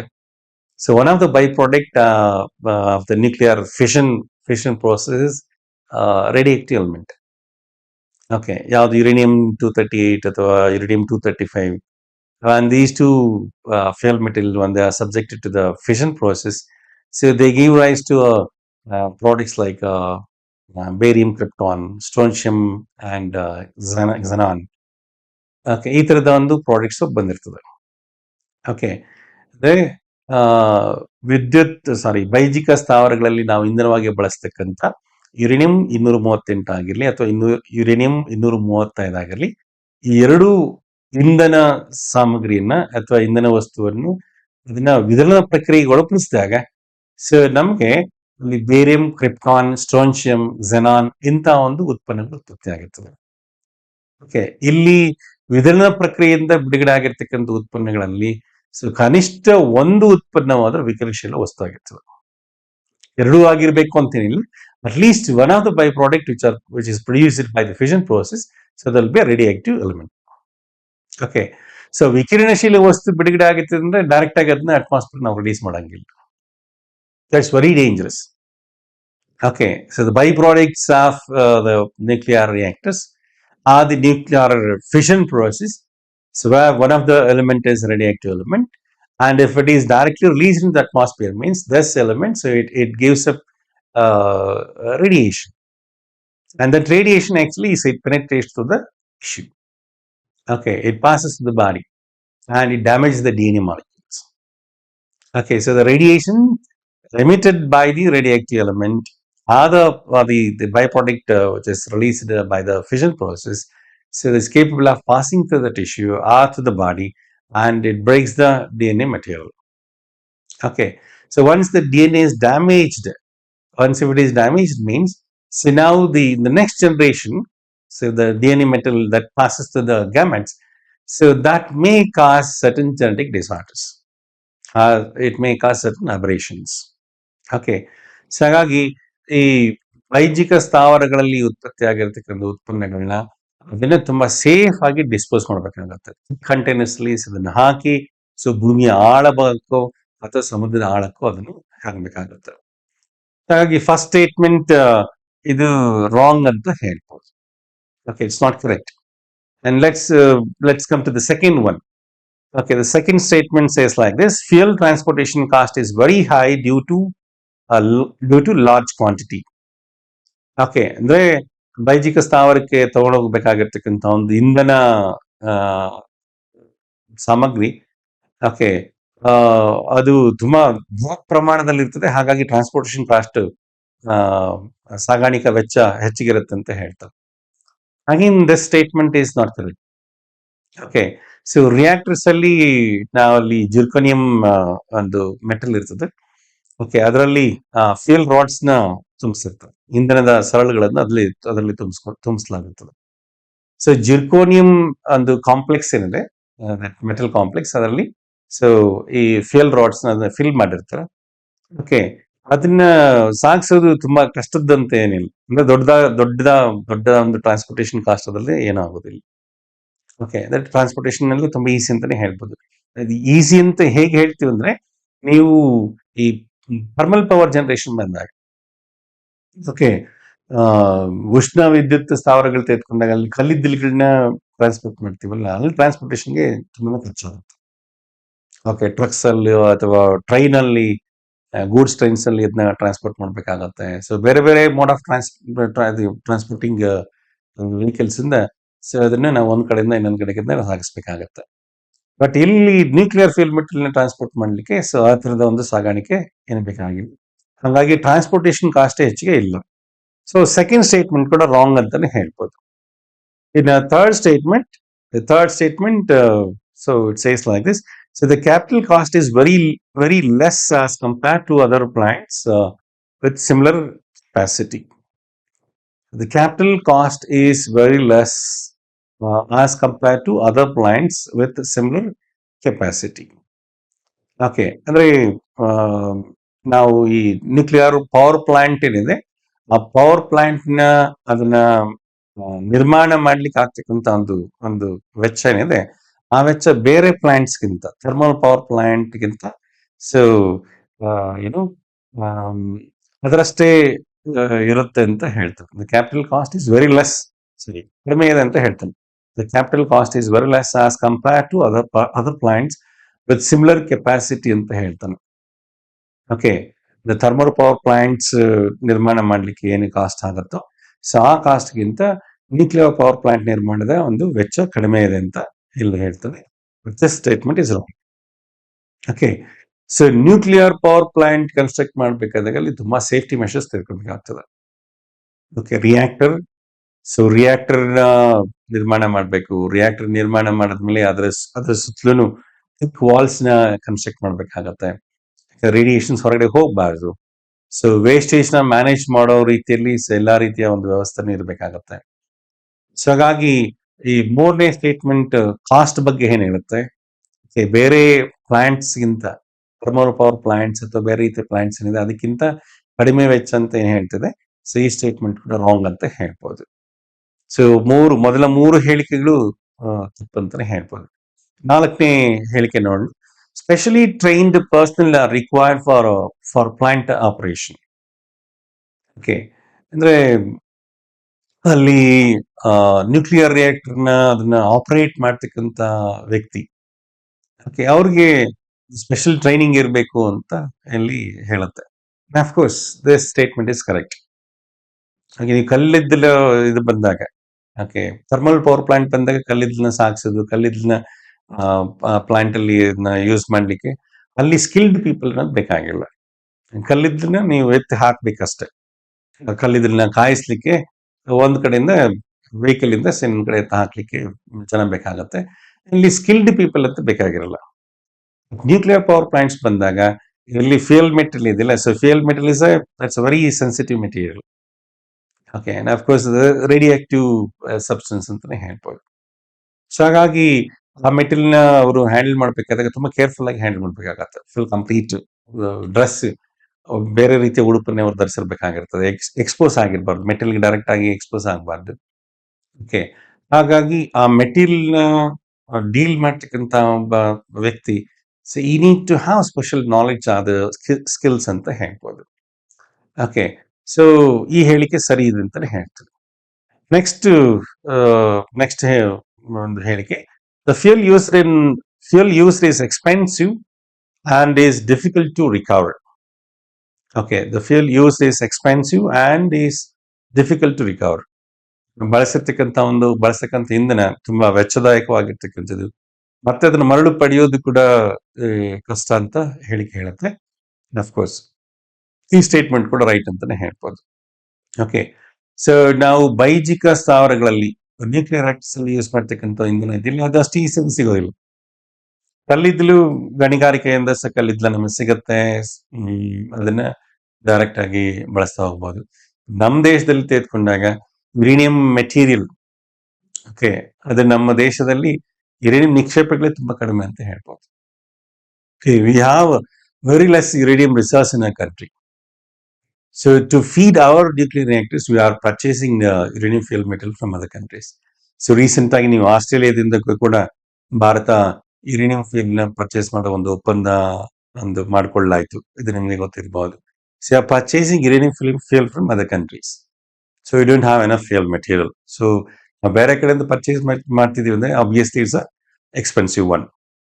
Okay. Difficult to recover. Of course uranium ಇದು ತುಂಬಾ ಕಡಿಮೆ ಸಿಗೋದು. ಯುರೇನಿಯಂ ಓರಿಂದ ನಮ್ಗೆ ಯುರೇನಿಯಂ 238 ಅನ್ನೋದು ಜಸ್ಟ್ ಅದು ಸ್ವಲ್ಪ ಹೆಚ್ಚಿನ ಪ್ರಮಾಣದಲ್ಲಿ ಸಿಗುತ್ತೆ. ಇನ್ನು ಯುರೇನಿಯಂ 235 ಬರೀ 0.7% ಅಷ್ಟು ಮಾತ್ರ ಇರುತ್ತೆ ಅಂತ ಹೇಳಿ. ಓಕೆ. ರಿಕವರ್ ಮಾಡ್ಕೊಳ್ತಕ್ಕಂಥದ್ದು ತುಂಬಾ ಕಡಿಮೆ ಪ್ರಮಾಣದಲ್ಲಿ ನಮಗೆ ಸಿಗತ್ತೆ. ಹಾಗಾಗಿ ಇದು ಎಕ್ಸ್ಪೆನ್ಸಿವ್ ಅಂತಾನೆ ಹೇಳ್ಬೋದು. ಓಕೆ. ಸೊ ಈ ಸ್ಟೇಟ್ಮೆಂಟ್ ಕೂಡ ಸರಿ ಇದೆ ಅಂತಾನೆ ಹೇಳ್ತೇನೆ. Let's come to the last statement. So the last statement says like this: nuclear power plant can be located near load center because bulk amount of fuel is not required. Load centre ಅಂದ್ರೆ usually ನಾವು city ಹೊರಗಡೆ ದೊಡ್ಡ power supply ಮಾಡ್ತಕ್ಕಂಥ ಒಂದು power plant ಇರುತ್ತೆ. Okay. Load shedding ಇದೆಲ್ಲ ಕೇಳಿರ್ತೀರಲ್ಲ. Normal ಆಗಿ ಇಂಡಸ್ಟ್ರೀಸ್ಗೆ ಪವರ್ ಸಪ್ಲೈ ಮಾಡ್ಬೇಕಂದಾಗ ಲೋಡ್ ಸೆಂಟರ್ಸ್ ಸಿಟಿ ಹೊರಗಡೆ ಅದನ್ನ ಇರಿಸಲಾಗಿರ್ತದೆ. ಸೊ ಅಫ್ಕೋರ್ಸ್ ಇಂಡಸ್ಟ್ರೀಸ್ ಯಾವ್ದು ಲೋಡ್ ಸೆಂಟರ್ ಹತ್ರ ಇರೋದಿಲ್ಲ, ಬೇರೆ ಇಂಡಸ್ಟ್ರೀಸ್. ಯಾಕಂದ್ರೆ ಫುಲ್ ಕಂಪ್ಲೀಟ್ ಎಲೆಕ್ಟ್ರಿಸಿಟಿ ಅಲ್ಲಿ ವಿದ್ಯುತ್ನ ಸ್ಟೋರ್ ಮಾಡ್ಲಾಗಿರುತ್ತಲ್ಲ ಲೋಡ್ ಸೆಂಟರ್ ಅಲ್ಲಿ. ಹಾಗಾಗಿ ಇಂಡಸ್ಟ್ರೀಸ್ ಅಕಸ್ಮಾತ್ ಇದೇನಾದ್ರೂ ಆದ್ರೆ ಹೆಚ್ಚು ಕಡಿಮೆ ಆದ್ರೆ ಅವಕ್ಕೆಲ್ಲ ತೊಂದರೆ ಆಗಬಹುದು. ಹಾಗಾಗಿ big industries actually not usually they're not located in any other load centers. Nuclear power plants ತೆಗೆದುಕೊಂಡಾಗ ಪವರ್ ಪ್ಲಾಂಟ್ಸ್ ಇದು ಫ್ಯೂಯಲ್ ಏನು ಹೆಚ್ಚಿಗೆ ಬಳಸ್ತಾ ಇಲ್ಲ. ಹೆಚ್ಚಿನ ಪ್ರಮಾಣದಲ್ಲಿ ಫ್ಯೂಯಲ್ ಬಳಸ್ತಾ ಇದ್ದು ಆವಾಗ ಪವರ್ ಸಪ್ಲೈ ಮಾಡ್ತಕ್ಕಂಥ ಒಂದು ಆ ಸೆಂಟರ್ ಹತ್ರ ಇದ್ದಾಗ ತೊಂದರೆ ಆಗ್ಬೋದು. ಈ ಫ್ಯೂಯಲ್ ಕಮ್ಮಿ ಯೂಸ್ ಮಾಡ್ತಾರಿಂದ ಸೊ ಲೋಡ್ ಸೆಂಟರ್ ಹತ್ರನೇ ನ್ಯೂಕ್ಲಿಯರ್ ಪವರ್ ಪ್ಲಾಂಟ್ ಅಲ್ಲಿಗೆ ಪ್ಲಾನ್ ಮಾಡ್ಬೋದು. ಅದರ ಪಕ್ಕದಲ್ಲಿ ಲೊಕೇಟ್ ಮಾಡಿ ಅದನ್ನು ಸ್ಥಾಪಿಸಬಹುದು. ಸೊ ಹಾಗಾಗಿ ಈ ಸ್ಟೇಟ್ಮೆಂಟ್ ಸರಿ ಇದೆ. ಓಕೆ, ಅಂದ್ರೆ ಕೊನೆಯ 4 ಹೇಳಿಕೆಗಳು ಡಿ ಇಂದ specially trained personnel are required for plant operation. Okay, skill people are required. Yes, ಆ ಹೇಳಿಕೆ ಸರಿ ಇದೆ. Fuel used is expensive and is difficult recover. Yes, ಆ ಹೇಳಿಕೆನೂ ಸರಿ ಇದೆ. Nuclear power plant requires less space as compared to any other type of same size. ಅದು ಸರಿ ಇದೆ. ಸೊ ಜಿ ಇದು ಸರಿ ಇದೆ. ಓಕೆ, ಹಾಗಾಗಿ ನಾವು ಈ ಆಪ್ಷನ್ಸ್ ನೋಡಿದಾಗ ಓಕೆ ಯಾವ್ದು ಹೇಳಿಕೆಗಳು ಸರಿ ಇದೆ ಅಂತ ಹೇಳ್ತಾರೆ. ಸೊ ಅದರಲ್ಲಿ ಡಿ ಇ ಎಫ್ ಮೊದಲನೇ ಸ್ಟೇಟ್ ಇದರಲ್ಲಿ ಹೇಳಿಕೆಯಲ್ಲೇ ಇದೆ, ಮೊದಲನೇ ಆಪ್ಷನ್ ಅಲ್ಲೇ ಬರುತ್ತೆ. ಹಾಗಾಗಿ ಫಸ್ಟ್ ಒನ್ ರೈಟ್ ಅಂತ ಹೇಳ್ಬೋದು. ಓಕೆ, ಸೊ ಹಿಂದೆಲ್ಲ ಕೂಡ ಈ ನ್ಯೂಕ್ಲಿಯರ್ ರಿಯಾಕ್ಟರ್ಸ್ ಬಗ್ಗೆ ಕ್ವಶನ್ಸ್ ಬರ್ತಾ ಇದ್ವು. ಬಟ್ ಯೂಶಲಿ ಇದು ಯಾವ ಪ್ರೋಸೆಸ್ ಇಂದ ಎನರ್ಜಿ ಪ್ರೊಡ್ಯೂಸ್ ಮಾಡ್ತಾರೆ ಅಷ್ಟು ಮಾತ್ರ ಕ್ವಶನ್ ಕೇಳ್ತಾ ಇದ್ರು. ನ್ಯೂಕ್ಲಿಯರ್ ರಿಯಾಕ್ಟರ್ಸ್ ಅಲ್ಲಿ ಯಾವ ಪ್ರಕ್ರಿಯೆಯಿಂದ ಶಕ್ತಿಯನ್ನು ಉತ್ಪಾದನೆ ಮಾಡಲಾಗುತ್ತೆ, ಇದೆ ತುಂಬಾ ಸಿಂಪಲ್ ಕ್ವಶನ್ ಬರ್ತಾ ಇತ್ತು. ಸೊ ನಿಮ್ಗೆಲ್ಲ ಗೊತ್ತಿದೆ, ಫಿಷನ್ ಪ್ರೋಸೆಸ್ ಇಂದ ಬೈಜಿಕ ವಿದಳನ ಪ್ರಕ್ರಿಯೆಯಿಂದ ಶಕ್ತಿಯನ್ನು ಉತ್ಪಾದನೆ ಮಾಡಲಾಗುತ್ತೆ. That's very simple question. ಹಾಗೆ ಈ ಸೂರ್ಯ ನಕ್ಷತ್ರಗಳಲ್ಲಿ ಅಲ್ಲಿ ಶಕ್ತಿ ಯಾವ ಪ್ರಕ್ರಿಯೆಯಿಂದ ಯಾವ ಕ್ರಿಯೆಯಿಂದ ಉತ್ಪತ್ತಿ ಆಗುತ್ತೆ ಅನ್ನೋದು ಇನ್ನೊಂದು ಪ್ರಶ್ನೆ ಕೇಳ್ತಾ ಇದೆ. ಸೊ ಅದು ಬಂದು ನ್ಯೂಕ್ಲಿಯರ್ ಫ್ಯೂಷನ್ ಪ್ರೋಸೆಸ್, ಬೈಜಿಕ ಸಮ್ಮಿಳನ ಕ್ರಿಯೆಯಿಂದ ನಾವು ಸೂರ್ಯ ಮತ್ತೆ ನಕ್ಷತ್ರಗಳಲ್ಲಿ ಶಕ್ತಿ ಉತ್ಪಾದನೆ ಆಗೋದನ್ನ ಅಲ್ಲಿ ಕಾಣ್ಬೋದು. ಓಕೆ, ಸೊ ಈ ತರ ಪ್ರಶ್ನೆಗಳು ತುಂಬಾ ಸುಲಭವಾಗಿ ಹಿಂದೆ ಎಲ್ಲ ಕೇಳಿದಾರೆ. ನ್ಯೂಕ್ಲಿಯರ್ ಎನರ್ಜಿ ಬಗ್ಗೆ ಪ್ರಶ್ನೆಗಳು ಬಂದಿದೆ. ಬಟ್ ಈ ಸಲ ನೋಡಿ, ಲಾಸ್ಟ್ ಹಿಂದಿನ ಪ್ರಶ್ನೆ ಪತ್ರಿಕೆ ನೋಡಿದಾಗ ನ್ಯೂಕ್ಲಿಯರ್ ಪವರ್ ಪ್ಲಾಂಟ್ಸ್ ಬಗ್ಗೆ ಕೆಲವೊಂದು ಮಾಹಿತಿಯನ್ನ ತಿಳ್ಕೊಂಡಿರ್ಬೇಕು. ಸೊ ಪವರ್ ಪ್ಲಾಂಟ್ ಅಲ್ಲಿ ಯೂಸ್ ಮಾಡ್ತಕ್ಕಂಥ ಫ್ಯೂಯಲ್ ಮೆಟಲ್ ಏನು, ಅಲ್ಲಿ ಬಿಡುಗಡೆ ಆಗ್ತಕ್ಕಂಥ ವೇಸ್ಟ್ ಮೆಟಲ್ ಹೇಗಿರುತ್ತೆ. ಓಕೆ, ಪವರ್ ಪ್ಲಾಂಟ್ ಅದನ್ನ ಬೇರೆ ಜೊತೆ ಕಂಪೇರ್ ಮಾಡಿ ಓಕೆ ಅದೇ ತರದ್ದು ಅಥವಾ ಬೇರೆ ತರದ್ದು ಈ ತರದ ಹೇಳಿಕೆಗಳನ್ನು ಕೊಟ್ಟಿದ್ದಾರೆ. ಸೊ ಸ್ವಲ್ಪ ಜನರಲ್ ರೀಡಿಂಗ್ಸ್ ಇರಬೇಕಾಗಿರುತ್ತೆ. ಓಕೆ, ಸೊ ಈ ಪ್ರಶ್ನೆಗಳನ್ನ ನೋಡ್ತಾ ಬಂದಾಗ ನಿಮ್ಮ ಪ್ರಿಪರೇಷನ್ ಯಾವ ಲೆವೆಲ್ಗೆ ನೀವು ಮಾಡ್ಕೋಬೇಕು ಅಂತ ನಿಮ್ಗೆ ಗೊತ್ತಾಗಬೇಕಾಗುತ್ತೆ. ಇದೇ ಕ್ವಶನ್ ರಿಪೀಟ್ ಆಗ್ಬೇಕು ಅಂತೇನಿಲ್ಲ. ಸೊ ನೆಕ್ಸ್ಟ್ ಕ್ವಶನ್ ಹೋಗೋಣ. ಈ ಟಾಪಿಕ್ ಮೇಲೆ ನ್ಯೂಕ್ಲಿಯರ್ ಎನರ್ಜಿ ಮೇಲೆ ನಿಮ್ಗೆ ಪ್ರಶ್ನೆ ಇದ್ದೇ ಇರ್ತದೆ. ಓಕೆ, ಹಾಗೆ ಪೋಷಕಾಂಶಗಳ ಬಗ್ಗೆ ಪ್ರಶ್ನೆ ಇದ್ದಿರುತ್ತೆ. ವಿಟಮಿನ್ಸ್ ಬಗ್ಗೆ ಕೂಡ ಹಿಂದೆ ಪ್ರಶ್ನೆಗಳು ಕೇಳಿದಾರೆ. ಮಾಸ್ ದಿ ಫಾಲೋಯಿಂಗ್ ತರ ಕೊಡ್ತಾ ಇದ್ರು. ಒಂದ್ ಕಡೆ ವಿಟಮಿನ್ಸ್, ಇನ್ನೊಂದ್ ಕಡೆ ಅದರ ಡಿಫಿಷಿಯನ್ಸಿ ಡಿಸಾರ್ಡರ್ಸ್ ಕೊಡ್ತಾ ಇದ್ರು. ಇಲ್ಲ ಇನ್ನೊಂದ್ ರೀತಿ ಈ ವಿಟಮಿನ್ ಯಾವ ಪೋಷಕಾಂಶ ಯಾವ ಆಹಾರ ಪದಾರ್ಥದಲ್ಲಿ ಸಿಗುತ್ತೆ ಅಂತ ಕೇಳ್ತಾ ಇದ್ರು. ಸೊ ಈ ತರದ ಪ್ರಶ್ನೆಗಳು ಕೇಳ್ತಾ ಇದ್ರು. ಬಟ್ ಈಗ ಜನರಲ್ ಆಗಿ ವಿಟಮಿನ್ಸ್ ಬಗ್ಗೆ ನಾವು ತಿಳ್ಕೊಂಡಿರ್ಬೇಕು. ಓಕೆ, ವಿಟಮಿನ್ ಎಷ್ಟು ಪ್ರಮಾಣದಲ್ಲಿ ಬೇಕಾಗಿದೆ, ಎಲ್ಲಿ ಇರುತ್ತೆ, ನಮ್ಮ ದೇಹದಲ್ಲೂ ತಯಾರಾಗತ್ತೆ ಇಲ್ಲ, ಇಂತಹ ವಿಷಯ ಕೂಡ ನಾವು ತಿಳ್ಕೊಬೇಕಾಗಿದೆ. ನೆಕ್ಸ್ಟ್ ಕ್ವಶನ್ ಹೋಗೋಣ. 4ನೇ ಪ್ರಶ್ನೆ. First statement says like this: root pressure provides a moderate push in the overall process of water transport.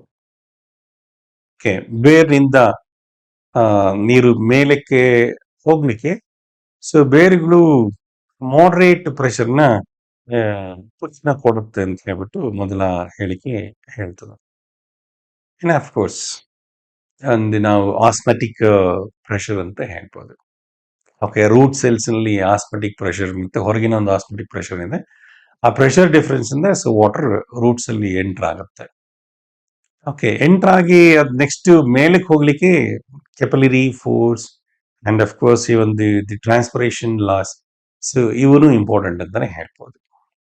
Okay, so ಹಾಗಾಗಿ ರೂಟ್ ಪ್ರೆಷರ್ ಇದೆಯಲ್ಲ, initial pressure it's not so high when you compare to the transpirational pull and capillary force. Okay, so ಹಾಗಾಗಿ ಈ ಮೊದಲ ಹೇಳಿಕೆ ಅದನ್ನ ಸರಿ ಅಂತ ಹೇಳ್ತೀನಿ. ನೆಕ್ಸ್ಟ್ ಎರಡನೇದು ಬರೋಣ. Most plants meet the water need by transpiration pull. Okay, transpiration ಕನ್ನಡದಲ್ಲಿ ನಾವು ಬಾಷ್ಪೀಕರಣ ಅಂತ ಹೇಳ್ತೀವಿ ನೋಡಿ. ಓಕೆ, ಈ ಎಲೆಯ ಕೆಳಭಾಗದಲ್ಲಿ ರಂಧ್ರಗಳಿರ್ತವೆ, ಸ್ಟೊಮ್ಯಾಟಲ್ ಓಪನಿಂಗ್ಸ್ ಅಂತ ಹೇಳ್ತೀವಿ. ಓಕೆ, ಸೊ ಎಲೆಯ ಆ ತಳಭಾಗದಲ್ಲಿ ಇರ್ತಕ್ಕಂಥ ರಂಧ್ರಗಳ ಮೂಲಕ ಸೊ ಗಿಡದಲ್ಲಿರ್ತಕ್ಕಂಥ ನೀರು, ಸ್ವಲ್ಪ ನೀರು ಆವಿ ರೂಪದಲ್ಲಿ ಹೋಗ್ತಾ ಇರ್ತದೆ. Some amount of water actually it passes through the stomatal openings in the form of vapors. Okay, vapour form ಅಲ್ಲಿ ಸೊ ಅದು ಹೊರಗಡೆ ಹೋಗ್ತಾ ಇರುತ್ತೆ. ಸೊ ಇದನ್ನ ನಾವು ಟ್ರಾನ್ಸ್ಪಿರೇಷನ್ ಲಾಸ್ ಅಂತ ಹೇಳ್ತೀವಿ. ಓಕೆ, ಯಾವಾಗಲ್ಲಿ ಹೊರಗಡೆ ಬಂತು, ವೇಪರ್ ಫಾರ್ಮ್ ಅಲ್ಲಿ ವಾಟರ್ ಹೊರಗಡೆ ಬಂತು, ಸೊ ಮೇಲ್ಗಡೆ ಸೊ ಒಂದು ಪ್ರೆಷರ್ ಕ್ರಿಯೇಟ್ ಆಯ್ತು. ಓಕೆ, ಮೇಲ್ಗಡೆ ಅಫ್ಕೋರ್ಸ್ ಲೋ ಪ್ರೆಷರ್ ಅಂತ ಹೇಳ್ಬೋದು, ಏರ್ ಫಿಲ್ ಆಯ್ತು. ಸೊ ಇದು ವಾಟರ್ ವೇಪರೈಸ್ ಆಗಿ ಹೊರಗಡೆ ಬಂದಿದೆ. ಸೊ ಹಂಗಾಗಿ ಈಗ ಅಲ್ಲಿ ಲೋ ಏರ್ ಪ್ರೆಷರ್ ಇರ್ತದೆ. ಸೊ ಲೋ ಏರ್ ಪ್ರೆಷರ್ ಇರೋದ್ರಿಂದ ಕೆಳಗಡೆ ಪ್ರೆಷರ್, ವಾಟರ್ ಪ್ರೆಷರ್ ಜಾಸ್ತಿ ಇದೆ. ಸೊ ಮೇಲ್ಗಡೆ ಏರ್ ಪ್ರೆಷರ್ ತುಂಬಾ ರಿಲೇಟಿವ್ ಆಗಿ ಕಡಿಮೆ ಇದೆ. ಸೊ ಕಡಿಮೆ ಇರೋದ್ರಿಂದ ಸೊ ವಾಟರ್ ಮೇಲೆ ಇರ್ತಾ ಹೋಗ್ತಾ ಇರುತ್ತೆ. ಓಕೆ, ಸೊ ಇಲ್ಲಿ ಹೇಳಿಕೆ most plants made the water need by transpiration pool. Yes, ಈ ಸ್ಟೇಟ್ಮೆಂಟ್ ರೈಟ್ ಅಂತ ಹೇಳ್ಬೋದು. ಓಕೆ, ಅಂದ್ರೆ ವಾಟರ್ ಅಲ್ಲಿ ವೇಪರ್ ಫಾರ್ಮ್ ಅಲ್ಲಿ ಲಾಸ್ ಆಗಿಲ್ಲ, ಒಂದು ಸ್ಮಾಲ್ ಒಂದು ಏರ್ ಗ್ಯಾಪ್ ಕ್ರಿಯೇಟ್ ಆಗಿಲ್ಲ, ಅಥವಾ ಲೋ ಪ್ರೆಷರ್ ಏರ್ ಅಲ್ಲಿ ಇಲ್ಲ ಅಂತಂದಾಗ ಸೊ ಮೇಲಕ್ಕೆ ಈ ವಾಟರ್ ಹೋಗ್ತಕ್ಕಂಥದ್ದು ಅದು ಇಷ್ಟ ಆಗ್ತಿತ್ತು. ಸೊ ಹಂಗಾಗಿ ಸೆಕೆಂಡ್ ಸ್ಟೇಟ್ಮೆಂಟ್ ಕೂಡ ಕರೆಕ್ಟ್ ಇದೆ ಅಂತ ಹೇಳ್ತೀನಿ. Next third statement, the greatest combination of root pressure may be to reestablish the continuous chain of water molecules in the xylem vessel, which often break under enormous tension created by transpiration. So ಬಾಷ್ಪೀಕರಣದಿಂದ ಏನಾಗಿದೆ, so ನೀರು ಆವಿ ರೂಪದಲ್ಲಿ ಹೊರಗಡೆ ಹೋಗಿದೆ. ಹಾಗೆ xylem vessel ಅಲ್ಲಿ ಅಲ್ಲಿ ವಾಟರ್ ಕಂಟಿನ್ಯೂಸ್ ಆಗಿರೋದು ಆಗಿದೆ. ಓಕೆ, ಗ್ಯಾಪ್ಸ್ ಕ್ರಿಯೇಟ್ ಆಗಿದೆ. ಗ್ಯಾಪ್ಸ್ ಕ್ರಿಯೇಟ್ ಆಗಿರೋದು ಓಕೆ, ಅದು ಮುಂದಕ್ಕೆ ಮತ್ತೆ ಮೇಲಕ್ಕೆ ಏರ್ಬೇಕು ಅಂತಂದ್ರೆ ಕೆಳಗಡೆ ರೂಟ್ ಪ್ರೆಷರ್ ಮತ್ತೆ ಇರ್ಬೇಕಾಗಿರ್ತದೆ. Okay, the combination of this root pressure and then the transpirational pull, these two things, so that makes the water to move up. Okay, ಬೇರಿನ ಭಾಗದಿಂದ ಮೇಲಕ್ಕೆ ಹೋಗ್ಲಿಕ್ಕೆ ಈ ಎರಡೂ ತರದ ಒಂದು ಫೋರ್ಸಸ್ ಬೇಕಾಗತ್ತೆ ಅಂತ ಹೇಳ್ಬೋದು. ರೂಟ್ ಪ್ರೆಷರ್ ಬೇಕಾಗತ್ತೆ, ಹಾಗೆ ಟ್ರಾನ್ಸ್ಪಿರೇಷನ್ ಪುಲ್ ಇರಬೇಕಾಗತ್ತೆ. ಎರಡು ಇದರಿಂದ ಸೊ ನೀರು ಮೇಲಕ್ಕೆ ಹೋಗಿರ್ತದೆ. ಎಸ್, ಅಫ್ ಕೋರ್ಸ್ ಈ ಸ್ಟೇಟ್ಮೆಂಟ್ ಕೂಡ ರೈಟ್ ಇದೆ ಅಂತ ಹೇಳ್ಬೋದು. Last one, guttation is the cause of transpiration pull. ಗಟೇಶನ್ ಅಂದ್ರೆ ನಾವು ಬೆಳಗ್ಗೆ ಮುಂಜಾನೆ ಹೊತ್ತು ನಾವು ಹೊರಗಡೆ ಬಂದಾಗ ಹುಲ್ನ ನೀವು ಸ್ವಲ್ಪ ಗಮನಿಸಿದ್ರೆ ಹುಲ್ಲಿನ ಇದ್ರ ಮೇಲೆ ಗರಿಕೆ ಮೇಲೆ ಈ ವಾಟರ್ ಡ್ರಾಪ್ಸ್ ನೀವು ನೋಡ್ಬೋದು. ಓಕೆ, ಡ್ರಾಪ್ಲೆಟ್ಸ್, ಇದನ್ನೇ ಆ ಡ್ರಾಪ್ಲೆಟ್ಸ್ ಅದನ್ನೇ ನಾವು ಏನು ಆ ಪ್ರೋಸೆಸ್, ಆ ಡ್ರಾಪ್ಲೆಟ್ಸ್ ಫಾರ್ಮ್ ಆಗ್ತಕ್ಕಂಥ ಪ್ರೋಸೆಸ್ ಅಲ್ಲಿ ಅದನ್ನೇ ಗಟೇಶನ್ ಅಂತ ಹೇಳ್ತೀವಿ. ಅಫ್ಕೋರ್ಸ್ ವಾಟರ್ ಹಾಗೆ ಹೊರಗಡೆ ಬಂದಿದೆ, ಇಲ್ಲಿ ವಾಟರ್ ವೇಪರ್ ಅಲ್ಲ, ಸೊ ವಾಟರ್ ಹಾಗೆ ಸೊ ಸರ್ಫೇಸ್ ಬಂದಿದೆ. ಸೊ ವಾಟರ್ ಅಫ್ಕೋರ್ಸ್ ಸರ್ಫೇಸ್ ಬಂದಿದೆ ಅಂತಂದ್ರೆ ವಾಟರ್ ವೇಪರ್ ಫಾರ್ಮ್ ಅಲ್ಲಿ ಲಾಸ್ ಆಗಿಲ್ಲ.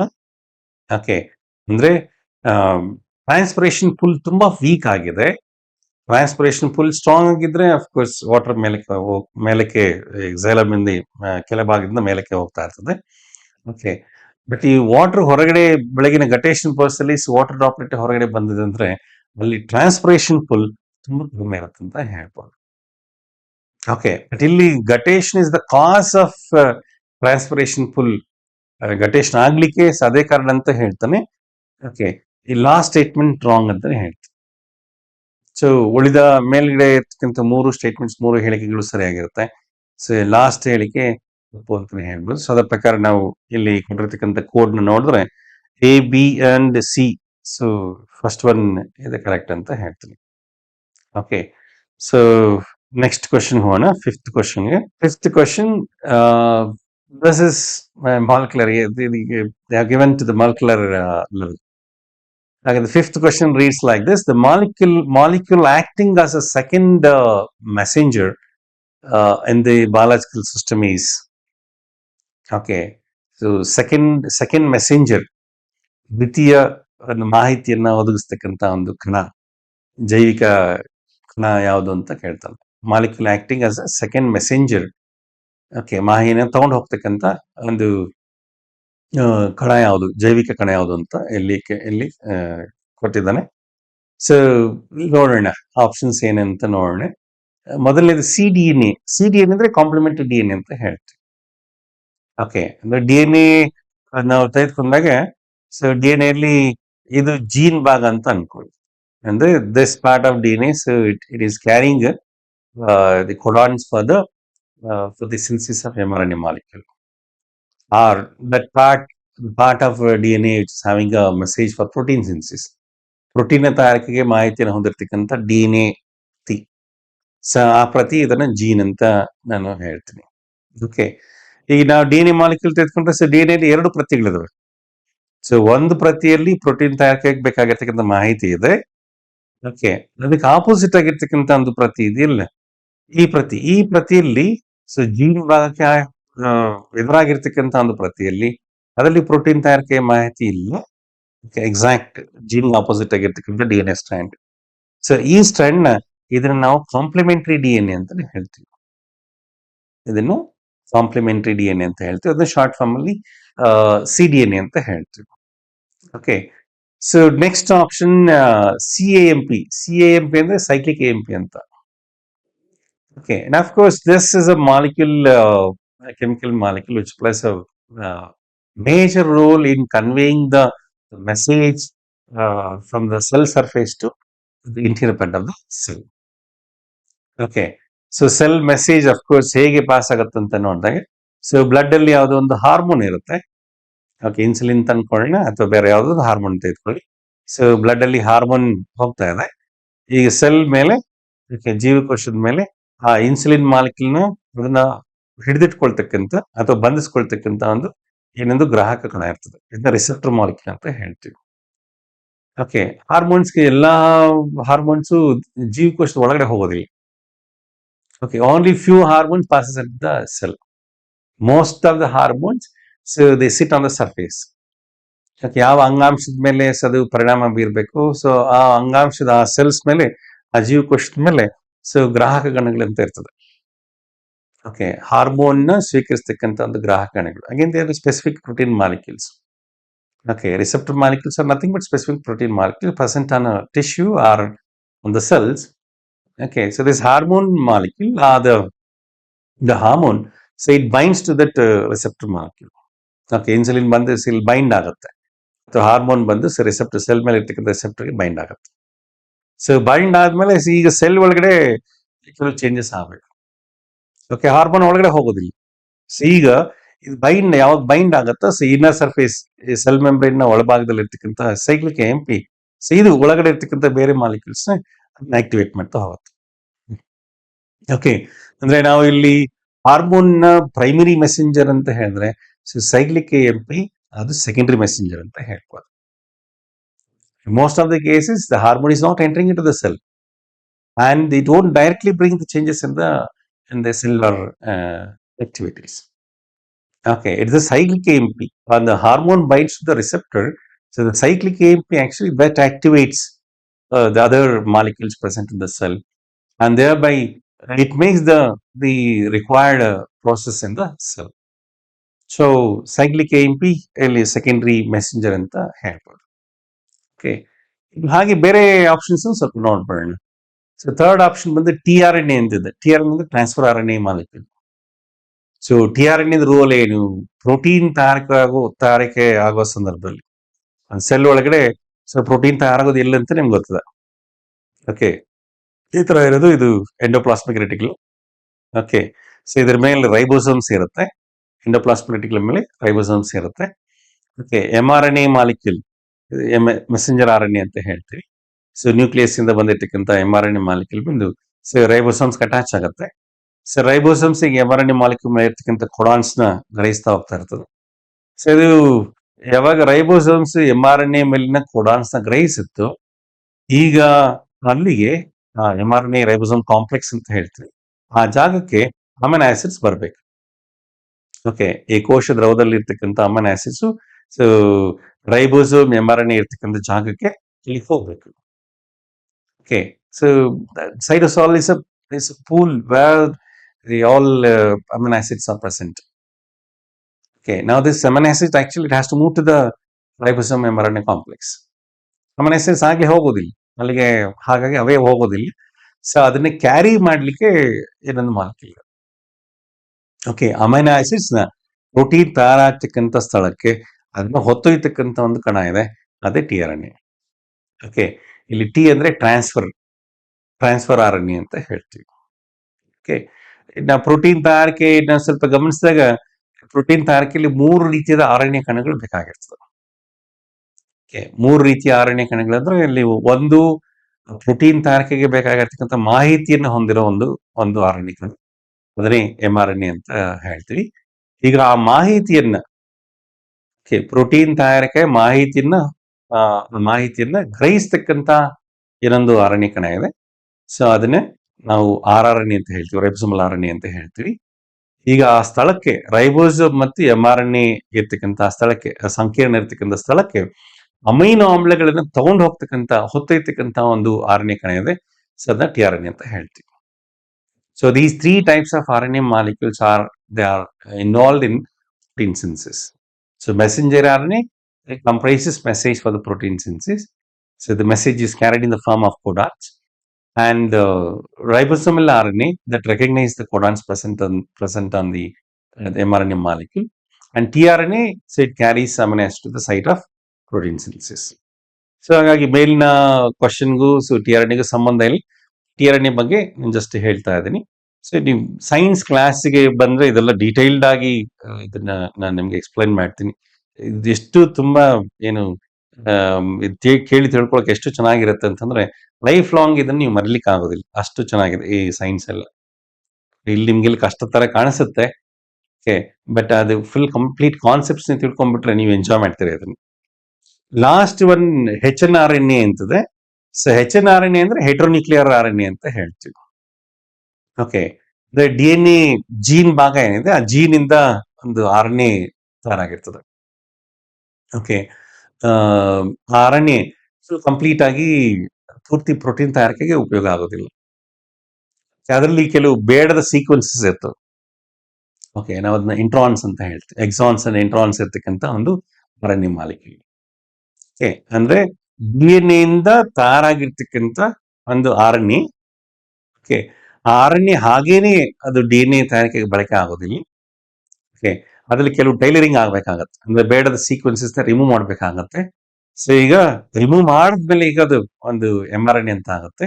ಸೊ ಈಗ ಎಂ ಆರ್ ಎನ್ ಎ ಮುಂಚೆ ಇರ್ತಕ್ಕಂಥ ಆ ಡಿ ಎನ್ ಎ ಡೈರೆಕ್ಟ್ ಆಗಿ ತಯಾರಾಗಿರ್ತಕ್ಕಂಥ ಮಾಲಿಕ್ಯೂಲ್ ಅದನ್ನ ನಾವು H N R N A ಅಂತ ಹೇಳ್ತೀವಿ. ಓಕೆ, ಇದನ್ನ ಎಂ ಆರ್ ಎನ್ ಎ ಅಂತ ತಿಳ್ಕೊಳ್ಳೋದು ತಪ್ಪು. ಓಕೆ, ಇದು ಟೈಲರ್ ಆದ್ಮೇಲೆ H N R N A, heteronuclear R N A, ಅದು ಫುಲ್ ಕಂಪ್ಲೀಟ್ ಟೈಲರಿಂಗ್ ಆದ್ಮೇಲೆ ಇಂಟ್ರಾನ್ಸ್ ನಲ್ಲಿ ರಿಮೂವ್ ಮಾಡಿದ್ಮೇಲೆ ಸೊ ನೆಕ್ಸ್ಟ್ ಒಂದು ಫುಲ್ ಕಂಪ್ಲೀಟ್ ಎಕ್ಸಾನ್ಸ್ ಇರ್ತಕ್ಕಂಥ ಒಂದು ಆರ್ ಎನ್ ಎ ಸ್ಟ್ರಿಪ್ ಇದೆಯಲ್ಲ, ಅದನ್ನ ನಾವು ಎಂ ಆರ್ ಎನ್ ಎ ಅಂತ ಹೇಳ್ತೀವಿ. ಓಕೆ, ಸೊ ತುಂಬಾ ಇದು ಅಫ್ಕೋರ್ಸ್ ಒಂದ್ ರೀತಿಲಿ ಡೀಪ್ ಸೈನ್ಸ್ ಅಂತಾನೆ ಹೇಳ್ಬೋದು. ಸ್ವಲ್ಪ ಆಳಕ್ಕೆ ಹೋಗಿದ್ದಾರೆ. ಇದೆಲ್ಲ ನಾವು ಆಕ್ಚುಲಿ UPSC ಆಪ್ಷನಲ್ ಸಬ್ಜೆಕ್ಟ್ ನಂದಿದೆ ಆಗಿದ್ರಿಂದ ನಮಗೆಲ್ಲ ಈಸಿ ಇದೆ ಅಂತಾನೆ ಹೇಳ್ತೀನಿ. ಬಟ್ ಜನರಲ್ ಸ್ಟೂಡೆಂಟ್ಸ್ಗೆ ಸ್ವಲ್ಪ ಇದು ಕಷ್ಟ ಅನ್ಸ್ಬೋದು. ಈ ಕಾನ್ಸೆಪ್ಟ್ ಒಂದ್ಸಲಿ ನೀವು ಅರ್ಥ ಮಾಡ್ಕೊಂಡ್ಬಿಟ್ರೆ ಇದನ್ನ ಲೈಫ್ ಲಾಂಗ್ ನೀವು ಮರೆಯೋದಿಲ್ಲ, ಈ ಮುಂದಿನ ಜನರೇಷನ್ ನೀವು ಹೇಳ್ಕೊಬೋದು. ಸೊ ನೆಕ್ಸ್ಟ್ ಕ್ವಶನ್ ಹೋಗೋಣ. Next question is the important function of ionosphere is. Ionosphere ನ ಒಂದು ಅಯಾನು ಮಂಡಲದ ಒಂದು ಕೆಲಸ ಏನು ಅಂತ ಹೇಳ್ಬಿಟ್ಟು ಕ್ವಶನ್ ಇದೆ. ತುಂಬಾ ಸಿಂಪಲ್ ಕ್ವಶನ್, ಸ್ಟ್ರೈಟ್ ಕ್ವಶನ್ ಇದು. ಓಕೆ, ಸೊ ಆಪ್ಷನ್ಸ್ ನೋಡೋಣ. ಟು ಕ್ರಿಯೇಟ್ ರೈನ್ಬೋ, ಐನೋಸ್ಪಿಯರ್ ಇಂದ ರೈನ್ಬೋ ಕ್ರಿಯೇಟ್ ಆಗುತ್ತಾ? ಇಲ್ಲಿ ಓಕೆ, ರೈನ್ಬೋಸ್ ಎಲ್ಲ ಭೂಮಿಯ ಕೆಳ ಹಂತದ ಒಂದು ವಾತಾವರಣದ ಮಂಡಲದಲ್ಲಿ ಟ್ರೋಪೋಸ್ಪಿಯರ್ಲೇ ಕ್ರಿಯೇಟ್ ಆಗುತ್ತೆ. ಓಕೆ, ಅಫ್ಕೋರ್ಸ್ ಯಾಕೆ ಟ್ರೋಪೋಸ್ಪಿಯರ್ ಆಗುತ್ತೆ ಮೇಲಿನ ಹಂತದ, ಸ್ವಲ್ಪ ನೀವು ಹಾಗೆ ಲಾಜಿಕಲ್ ಆಗಿ ಥಿಂಕ್ ಮಾಡಿ. ಓಕೆ, ನಮಗೆ ಕೆಳ ಹಂತದಲ್ಲೇನೆ ಮೋಡಗಳು ಮೂಡೋದು, ಮಳೆ ಬೀಳ್ತಕ್ಕಂಥದ್ದು. ಓಕೆ, ಅಂಡ್ ಅಫ್ಕೋರ್ಸ್ ಮೋಡಗಳು ಮತ್ತೆ ಮಳೆ ಆಗ್ತಕ್ಕಂಥದ್ದು ಯಾವ ವಾತಾವರಣದ ಮಂಡಲದಲ್ಲಿ ಆಗುತ್ತೋ ಆಬ್ವಿಯಸ್ಲಿ ಸೊ ರೈನ್ಬೋ ಕೂಡ ಅಲ್ಲೂ ಆಗಿರ್ತದೆ. ಓಕೆ, ಸೊ ಸ್ಟ್ರಾಟೋಸ್ಫಿಯರ್ ಅಲ್ಲೇನೆ ಎಲ್ಲ ವಾತಾವರಣದ ಎಲ್ಲಾ ರೀತಿ ಚಟುವಟಿಕೆಗಳು ಅಲ್ಲೇ ಆಗುತ್ತೆ. All weather activities actually takes place in the troposphere. So formation of clouds as well as the rainfall. So all these weather activities takes place in troposphere. So ionosphere alla. So first answer, first statement wrong ante ಹೇಳ್ಬೋದು. Second one, radio wave propagation to distant places in the on earth. Okay, radio ತರಂಗಗಳ ಅದರ ಒಂದು propagation, okay, ಅವುಗಳನ್ನ ಕಳಿಸ್ಲಿಕ್ಕೆ ಐನೋಸ್ಪೇರ್ ಬಳಕೆ ಆಗುತ್ತೆ ಅಂತ ಹೇಳ್ಬಿಟ್ಟು ಎರಡನೇ ಸ್ಟೇಟ್ಮೆಂಟ್ ಹೇಳುತ್ತೆ. Yes, the statement is right. Okay, so ನಮಗೀಗೇನು ಸ್ಯಾಟಲೈಟ್ಸ್ ಇದೆ, ಈ ಕಮ್ಯುನಿಕೇಶನ್ ಸ್ಯಾಟಲೈಟ್ಸ್ ಉಪಯೋಗಿಸ್ಕೊಂತಾ ಇದೀವಿ. ಸ್ಯಾಟಲೈಟ್ಸ್ ಇಲ್ಲದ ಕಾಲಕ್ಕೆ ನಾವು ನೋಡಿದಾಗ, ಇದು ಹಿಂದೆ ನಾವು ಸ್ಯಾಟಲೈಟ್ಸ್ ಏನಿರಲಿಲ್ಲ, ಸ್ಯಾಟಲೈಟ್ಸ್ ಇಲ್ದೇ ಅವಾಗ ಆ ಟೈಮಲ್ಲಿ ಹೇಗೆ ಕಮ್ಯುನಿಕೇಟ್ ಮಾಡ್ಕೊಂತಾ ಇದ್ವಿ, ಕಮ್ಯುನಿಕೇಶನ್ ಯಾವ ರೀತಿ ಇರ್ತಿತ್ತು ಅಂದ್ರೆ ಈ ಐನೋಸ್ಪಿಯರ್ ಮೂಲಕನೇ. ಸರಿ, ನಾವು ಸಿಗ್ನಲ್ಸ್ ನ ಕಳಿಸಿದ್ರೆ, ಕಮ್ಯುನಿಕೇಶನ್ ಸಿಗ್ನಲ್ಸ್ ನ ಕಳಿಸಿದ್ರೆ, ಇದು ಸ್ಟ್ರಾಟೋಸ್ಪಿಯರ್ ನ ದಾಟಿ, ಅದಾದ್ಮೇಲೆ ಸ್ಟ್ರಾಟೋಸ್ಪಿಯರ್ ನ ದಾಟಿ ನಂತರ ಐನೋಸ್ಪಿಯರ್ ಹೋಗೋದು. ಐನೋಸ್ಪಿಯರ್ ಫುಲ್ ಕಂಪ್ಲೀಟ್ ಅಲ್ಲಿ ಚಾರ್ಜ್ಡ್ ಪಾರ್ಟಿಕಲ್ಸ್ ಇರ್ತಾ ಇದ್ವು. ಚಾರ್ಜ್ಡ್ ಪಾರ್ಟಿಕಲ್ಸ್, ಚಾರ್ಜ್ ಅಂದ್ರೆ ಮೇಲ್ಗಡೆ ಪ್ಲಸ್ ಆರ್ ಮೈನಸ್ ಇರ್ತಕ್ಕಂಥ ಚಾರ್ಜ್ ಇರ್ತಕ್ಕಂಥ ಅಯಾನುಗಳು ಅಂತ ಹೇಳ್ತೀವಲ್ಲ ಕನ್ನಡದಲ್ಲಿ. ಓಕೆ, ಸೊ ಆ ಟೈಮ್ ಅಲ್ಲಿ ಎಲೆಕ್ಟ್ರಾನ್ಸ್ ಹೊರಗಡೆ ಹೋದಾಗ ಈಗ ಅಯಾನ್ ಆಗಿ ಕನ್ವರ್ಟ್ ಆಗಿರ್ತದೆ. Okay, so high speed charged particles ವಾತಾವರಣದ ಒಂದು ಮೇಲ್ಪದರದಲ್ಲಿ, ಓಕೆ, ಈ ಸ್ಟ್ರಾಟೋಸ್ಪಿಯರ್ ಆದ ನಂತರ ಬರ್ತಕ್ಕಂಥ ಒಂದು ಒಂದು ಒಂದು ವಾತಾವರಣದ ಮಂಡಲ ಏನಿದೆ, ಸೊ ಅಲ್ಲಿ ನಾವು ಈ ಅಯಾನ್ಸ್ ನ ಅಥವಾ ಚಾರ್ಜರ್ ಪಾರ್ಟಿಕಲ್ಸ್ ನೋಡ್ಬೋದು. ಓಕೆ, ಸೊ ಆ ಚಾರ್ಜರ್ ಪಾರ್ಟಿಕಲ್ಸ್ ಇರ್ತಕ್ಕಂಥ ವಾತಾವರಣದ ಮಂಡಲಕ್ಕೆ ನಾವು ಕೆಳಗಡೆಯಿಂದ ಕಮ್ಯುನಿಕೇಶನ್ ಸಿಗ್ನಲ್ಸ್ ನ ಕಳಿಸಿದಾಗ, ಸೊ ಈ ಕಮ್ಯುನಿಕೇಶನ್ ಸಿಗ್ನಲ್ಸ್ ಆ ಒಂದು ಅಟ್ಮಾಸ್ಫಿಯರ್ ಲೇಯರ್ ಇಂದ ಮತ್ತೆ ಭೂಮಿಗೆ ರಿಫ್ಲೆಕ್ಟ್ ಆಗ್ತಾ ಇತ್ತು. ಓಕೆ, ಸೊ ಕಮ್ಯುನಿಕೇಶನ್ ಸಿಗ್ನಲ್ಸ್ ಎಲ್ಲ ಐನೋಸ್ಪಿಯರ್ ಹೋಗಿ ಮತ್ತೆ ರಿಫ್ಲೆಕ್ಟ್ ಆಗ್ತಾ ಇತ್ತು. ಸೊ ಹಾಗಾಗಿ ಐನೋಸ್ಪಿಯರ್ ಇದ್ದ ನಮ್ಗೆ ಹಿಂದೆ ಕಮ್ಯುನಿಕೇಶನ್ ಅದು ಅದರಿಂದ ಸಿಗ್ತಾ ಇತ್ತು. ಸ್ಯಾಟಲೈಟ್ಗಳು ಇಲ್ಲದೆ ಇರ್ತಕ್ಕಂಥ ಒಂದು ಕಾಲದಲ್ಲಿ ಐನೋಸ್ಪಿಯರ್ ಇದ್ದಾನೆ ಕಮ್ಯುನಿಕೇಶನ್ ಸಿಗ್ನಲ್ಸ್ ನ ಒಂದ್ ಕಡೆಯಿಂದ ಇನ್ನೊಂದ್ ಕಡೆಗೆ ಕಳಿಸ್ಕೊಡ್ತಾ ಇದ್ವಿ. ಸೊ ಹಾಗಾಗಿ ಎರಡನೇ ಹೇಳಿಕೆ ಸರಿ ಇದೆ. ಮೂರನೇದು ಬ್ಲಾಕಿಂಗ್ ಆಫ್ ಸನ್ಲೈಟ್. ಸೊ ಇದು ಸನ್ಲೈಟ್ ನ ಬ್ಲಾಕ್ ಮಾಡತ್ತಲ್ಲ, ಇಲ್ಲಿ ಸನ್ಲೈಟ್ ನ ಬ್ಲಾಕ್ ಮಾಡೋದಂದ್ರೆ ಯಾವುದು, ಕ್ಲೌಡ್ಸ್ ಇರೋ ಒಂದು ಅಟ್ಮಾಸ್ಫಿಯರ್ ಲೇಯರ್ ಅಂತ ಹೇಳ್ಬೋದು. ಕ್ಲೌಡ್ಸ್ ಫಾರ್ಮ್ ಆಗ್ತಕ್ಕಂಥ ಅಫ್ಕೋರ್ಸ್ ಭೂಮಿಯ ಕೆಳ ವಾತಾವರಣದಲ್ಲಿ ಬರ್ತಕ್ಕಂಥ ಹಂತಗಳು. ಓಕೆ, ಟ್ರೋಪೋಸ್ಪಿಯರ್ಸ್ ಅಲ್ಲಿ ಕ್ಲೌಡ್ ಫಾರ್ಮೇಶನ್ ಆಗ್ತಾ ಇರ್ತದೆ. ಹಾಗಾಗಿ ಸನ್ಲೈಟ್ ನ ಇದನ್ನು ಬ್ಲಾಕ್ ಮಾಡೋದಿಲ್ಲ. ಓಕೆ, ಐನೋಸ್ಪಿಯರ್ ಬ್ಲಾಕ್ ಮಾಡೋದಿಲ್ಲ. Next blocking of sound, no, ಅದು ಕೂಡ ಇಲ್ಲಿ. ಓಕೆ, ಸೌಂಡ್ ಏನು ಬ್ಲಾಕ್ ಮಾಡೋದು ಇಲ್ಲ. ಓಕೆ, ಹಾಗಾಗಿ ನಾಲ್ಕನೇದು ಇಲ್ಲ. So right answer is second one, radio propagation to distant places on earth. ಒಂದ್ ಕಡೆಯಿಂದ ಇನ್ನೊಂದ್ ಕಡೆಗೆ ಸೊ ರೇಡಿಯೋಸ್ ನ ಅದನ್ನ ಕಳಿಸ್ಲಿಕ್ಕೆ ನಾವು ಐನೋಸ್ಪಿಯರ್ ಬಳಕೆ ಮಾಡ್ಕೊಳ್ತಾ ಇದ್ವಿ, ಮತ್ತು ಐನೋಸ್ಪಿಯರ್ ಮೂಲಕ ಅದು ಆಗ್ತಿತ್ತು. ಓಕೆ, ಸೊ 6ನೇ ಕ್ವಶನ್ ಆಯ್ತು ನನಗೆ. ನೆಕ್ಸ್ಟ್ 7th ಕ್ವಶನ್ ಬರೋಣ. Fuse in an electric circuit is used to prevent excessive flow of current. The fuse is made up of. ಇಲ್ಲಿ ಈ ಕ್ವಶನ್ ಅಲ್ಲಿ ಲಾಸ್ಟ್ ಹೇಳಿಕೆ ಮಾತ್ರ question. That's only the last statement is the question, but the remaining is that's a assertive statement, a plain statement. Okay, fuse ಏನ್ ಕೆಲಸ ಮಾಡುತ್ತೆ ಅಂತ ಮೊದಲ ಹೇಳಿಕೆ ಹೇಳಿದ್ದಾರೆ, ಅದು ಕ್ವಶನ್ ಭಾಗ ಅಲ್ಲ. ಎರಡನೇ ಹೇಳಿಕೆ ಇದಿಲ್ಲ. ಓಕೆ, ನೀವು ಇಷ್ಟು ಮಾತ್ರ ನೋಡ್ಕೊಂಡ್ರೆ ಓದ್ಕೊಂಡ್ರೆ ಸಾಕು. Fuse is made up of using. Okay, ನಾವು ಮನೆಯ ಮುಂದಗಡೆ ಫ್ಯೂಸ್ ಹಾಕಿರ್ತೀವಲ್ಲ, ಆ ಫ್ಯೂಸ್ ವೈರ್ ಹೇಗೆ ಮಾಡಲಾಗಿರ್ತದೆ, ಓಕೆ, ಕೆಳಗಿನ ಯಾವ ಲೋಹಗಳಿಂದ ಅಂತ ಕೇಳ್ತಾ ಇದಾರೆ. First one tungsten. Okay, just ಈ ಫ್ಯೂಸ್ ವೈರ್ ಇರ್ತಕ್ಕಂಥ ಒಂದು ಪ್ರಾಪರ್ಟಿ ಸ್ವಲ್ಪ ನೋಡ್ಬೇಡ. ಓಕೆ, ಮನೆ ಮುಂದೆ ಫ್ಯೂಸ್ ಏನಕ್ಕೆ ಹಾಕಿರ್ತಾರೆ, ಹೊರಗಡೆಯಿಂದ ಎಲೆಕ್ಟ್ರಿಕ್ ಸಪ್ಲೈ ಜಾಸ್ತಿ ಆದಾಗ ಆದಷ್ಟು ಮನೆ ಒಳಗಡೆ ಬರಬಾರ್ದು. ಓಕೆ, ಜಾಸ್ತಿ ಪವರ್ ಸಪ್ಲೈ ಇದ್ದಕ್ಕಿದ್ದಂಗೆ ಜಾಸ್ತಿ ಪವರ್ ಬಂತು, ಅದು ಮನೆ ಒಳಗಡೆ ಬಂದ್ಬಿಟ್ರೆ ಏನಾಗುತ್ತೆ, ಹೆಚ್ಚುವರಿ ವಿದ್ಯುತ್ ಮನೆ ಒಳಗಡೆ ಇರ್ತಕ್ಕಂಥ ಎಲೆಕ್ಟ್ರಿಕ್ ಗ್ಯಾಜೆಟ್ಸ್ ಎಲ್ಲ ಪೂರ್ತಿಯಾಗಿ ಸುಟ್ಟೋಗ್ಬಿಡ್ತವೆ. ಓಕೆ, ಟಿವಿ ಇರ್ಬೋದು, ಹಾಗೆ ಎಲೆಕ್ಟ್ರಿಕ್ ಸ್ಟವ್ ಇರ್ಬೋದು, ಇವೆಲ್ಲ ಬರ್ನ್ ಆಗ್ಬಿಡ್ತವೆ. ಓಕೆ, ಬ್ಲಾಸ್ಟ್ ಆಗ್ಬಿಡುತ್ತೆ ಅಥವಾ ಬರ್ನ್ ಆಗ್ಬಿಡುತ್ತೆ. ಸೊ ಹಾಗೆ ಮುಂಜಾಗ್ರತಾ ಕ್ರಮವಾಗಿ ನಾವೇನ್ ಮಾಡ್ತೀವಿ, ಸೊ ಮನೆ ಮುಂದ್ಗಡೆ ಮೊದಲ ಡೋರ್ ಇದೆಯಲ್ಲ, ಮೀಟರ್ ಹಾಕಿದ್ರಲ್ಲ, ಅಲ್ಲೇ ಒಂದು ಫ್ಯೂಸ್ ಹಾಕಿರ್ತೀವಿ. ಸೊ ಫ್ಯೂಸ್ ಕೆಲಸ ಏನಪ್ಪ ಅಂದ್ರೆ, ಸೊ ಪವರ್ ಯಾವಾಗ ಎಕ್ಸ್ಟ್ರಾ ಪವರ್ ಸಪ್ಲೈ ಆಗುತ್ತೋ, ಕರೆಂಟ್ ಒಳಗೆ ಬರುತ್ತೋ, ಇಮಿಡಿಯೇಟ್ ಫ್ಯೂಸ್ ವೈರ್ ಬರ್ನ್ ಆಗುತ್ತೆ. ಓಕೆ, ಫ್ಯೂಸ್ ವೈರ್ ಯಾವಾಗ ಬರ್ನ್ ಆಯ್ತು, ಆವಾಗ ಪವರ್ ಇದ್ದಕ್ಕಿದ್ದಂಗೆ ಪವರ್ ಶಟ್ ಡೌನ್ ಆಗುತ್ತೆ, ಮನೆ ಒಳಗಡೆ ಪವರ್ ಕಟ್ ಆಗ್ಬಿಡ್ತದೆ. ಓಕೆ, ನಿಮ್ಗೆ ಗೊತ್ತಾಗುತ್ತೆ ಫ್ಯೂಸ್ ವೈರ್ ಬರ್ನ್ ಆಗ್ಬಿಟ್ಟಿದೆ ಅಂತ ಹೇಳ್ಬಿಟ್ಟು. ಓಕೆ, ನೀವು ತೆಗೆದ್ಬಿಟ್ಟು ಮತ್ತೆ ಇನ್ನೊಂದು ಫ್ಯೂಸ್ ವೈರ್ ಹಾಕಿ ಮತ್ತೆ ಹಾಕ್ತೀರಾ. ನಾರ್ಮಲ್ ಪವರ್ ಸಪ್ಲೈ ಇದ್ರೆ ಮತ್ತೆ ವಿದ್ಯುತ್ ಒಳಗಡೆ ಬಂದು ನಾವು ಮನೆ ಒಳಗಡೆ ವಿದ್ಯುತ್ ಹರಿದಿರ್ತದೆ. ಓಕೆ, ಅದೇ ಫ್ಯೂಸ್ ನಾವು ಸೇಫ್ಟಿ ಮೆಷರ್ಗೆ ನಾವು ಉಪಯೋಗಿಸ್ತಾ ಇದ್ದೀವಿ ಮನೆ ಒಳಗಡೆಗೆ. ಸೊ ಪವರ್ ಹೆಚ್ಚಿಗೆ ಬರಬಾರ್ದು. ನಾರ್ಮಲ್ ಕರೆಂಟ್ ಬಿಟ್ಟು ಹೆಚ್ಚಿಗೆ ಪವರ್ ಒಳಗಡೆ ಬಂದ್ಬಿಟ್ಟಾಗ ಎಲೆಕ್ಟ್ರಿಕ್ ಗೆಜೆಟ್ಸ್, ಎಲೆಕ್ಟ್ರಾನಿಕ್ ಗೆಜೆಟ್ಸ್ ಅವೆಲ್ಲ ಡ್ಯಾಮೇಜ್ ಆಗ್ತಕ್ಕಂಥ ಸಾಧ್ಯತೆ ಇರ್ತದೆ. ಓಕೆ, ಸೊ ಅದಾಗ್ದಂಗೆ ಇದು ನಾನು ಫ್ಯೂಸ್ನ ನಾವು ಒಂದು ಸಂರಕ್ಷಿತ ಒಂದು ಉದ್ದೇಶಕ್ಕೆ ಬಳಸ್ತೀವಿ. ಸೊ ಅಲ್ಲಿ ವೈರ್ ಒಂದು ಹಾಕಿರ್ತಾರಲ್ಲ, ಫ್ಯೂಸ್ ಅಲ್ಲಿ ಒಂದು ವೈರ್ ಹಾಕಿರ್ತಾರೆ. ವೈರ್ ಯಾವ ಮೆಟಲ್ದು ಅಂತ ಸ್ವಲ್ಪ ನೋಡೋಣ. ಓಕೆ, ಇಲ್ಲಿ ಕೊಟ್ಟಿರ್ತಕ್ಕಂಥ ಮೆಟಲ್ ಸ್ವಲ್ಪ ನೋಡೋಣ. ಫ್ಯೂಸ್ ವೈರ್ ಇದೆಯಲ್ಲ, ಫ್ಯೂಸ್ ವೈರ್ ಪ್ರಾಪರ್ಟಿ ಸ್ವಲ್ಪ ಹೇಳ್ಬಿಡ್ತೀನಿ. ಫ್ಯೂಸ್ ವೈರ್ ಹೇಗಿರ್ಬೇಕು, ಪವರ್ ಸಪ್ಲೈ ಜಾಸ್ತಿ ಬಂದ ತಕ್ಷಣನೇ ಫ್ಯೂಸ್ ವೈರ್ ಬರ್ನ್ ಆಗ್ಬಿಡ್ಬೇಕು. ಓಕೆ, ಬರ್ನ್ ಆಗ್ಬಿಡ್ಬೇಕು ಅಂತಂದ್ರೆ ಅಲ್ಲಿ ಹೀಟ್ ಜನರೇಟ್ ಆಗ್ಬೇಕಾಗತ್ತೆ. ಓಕೆ, ಫ್ಯೂಸ್ ವೈರ್ ಮೂಲಕ ವಿದ್ಯುತ್ ಹರಿಬೇಕಾದ್ರೆ ಹೀಟ್ ಜನರೇಟ್ ಆಗ್ಬೇಕು. ಆ ಹೀಟ್ ಏನ್ ಜನರೇಟ್ ಆಗಿದೆ ಆ ಹೀಟ್ಗೆನೆ ಆ ವೈರು ಸುಟ್ಟೋಗ್ಬಿಡ್ಬೇಕು ಅಥವಾ ಮೆಲ್ಟ್ ಆಗ್ಬಿಡ್ಬೇಕು.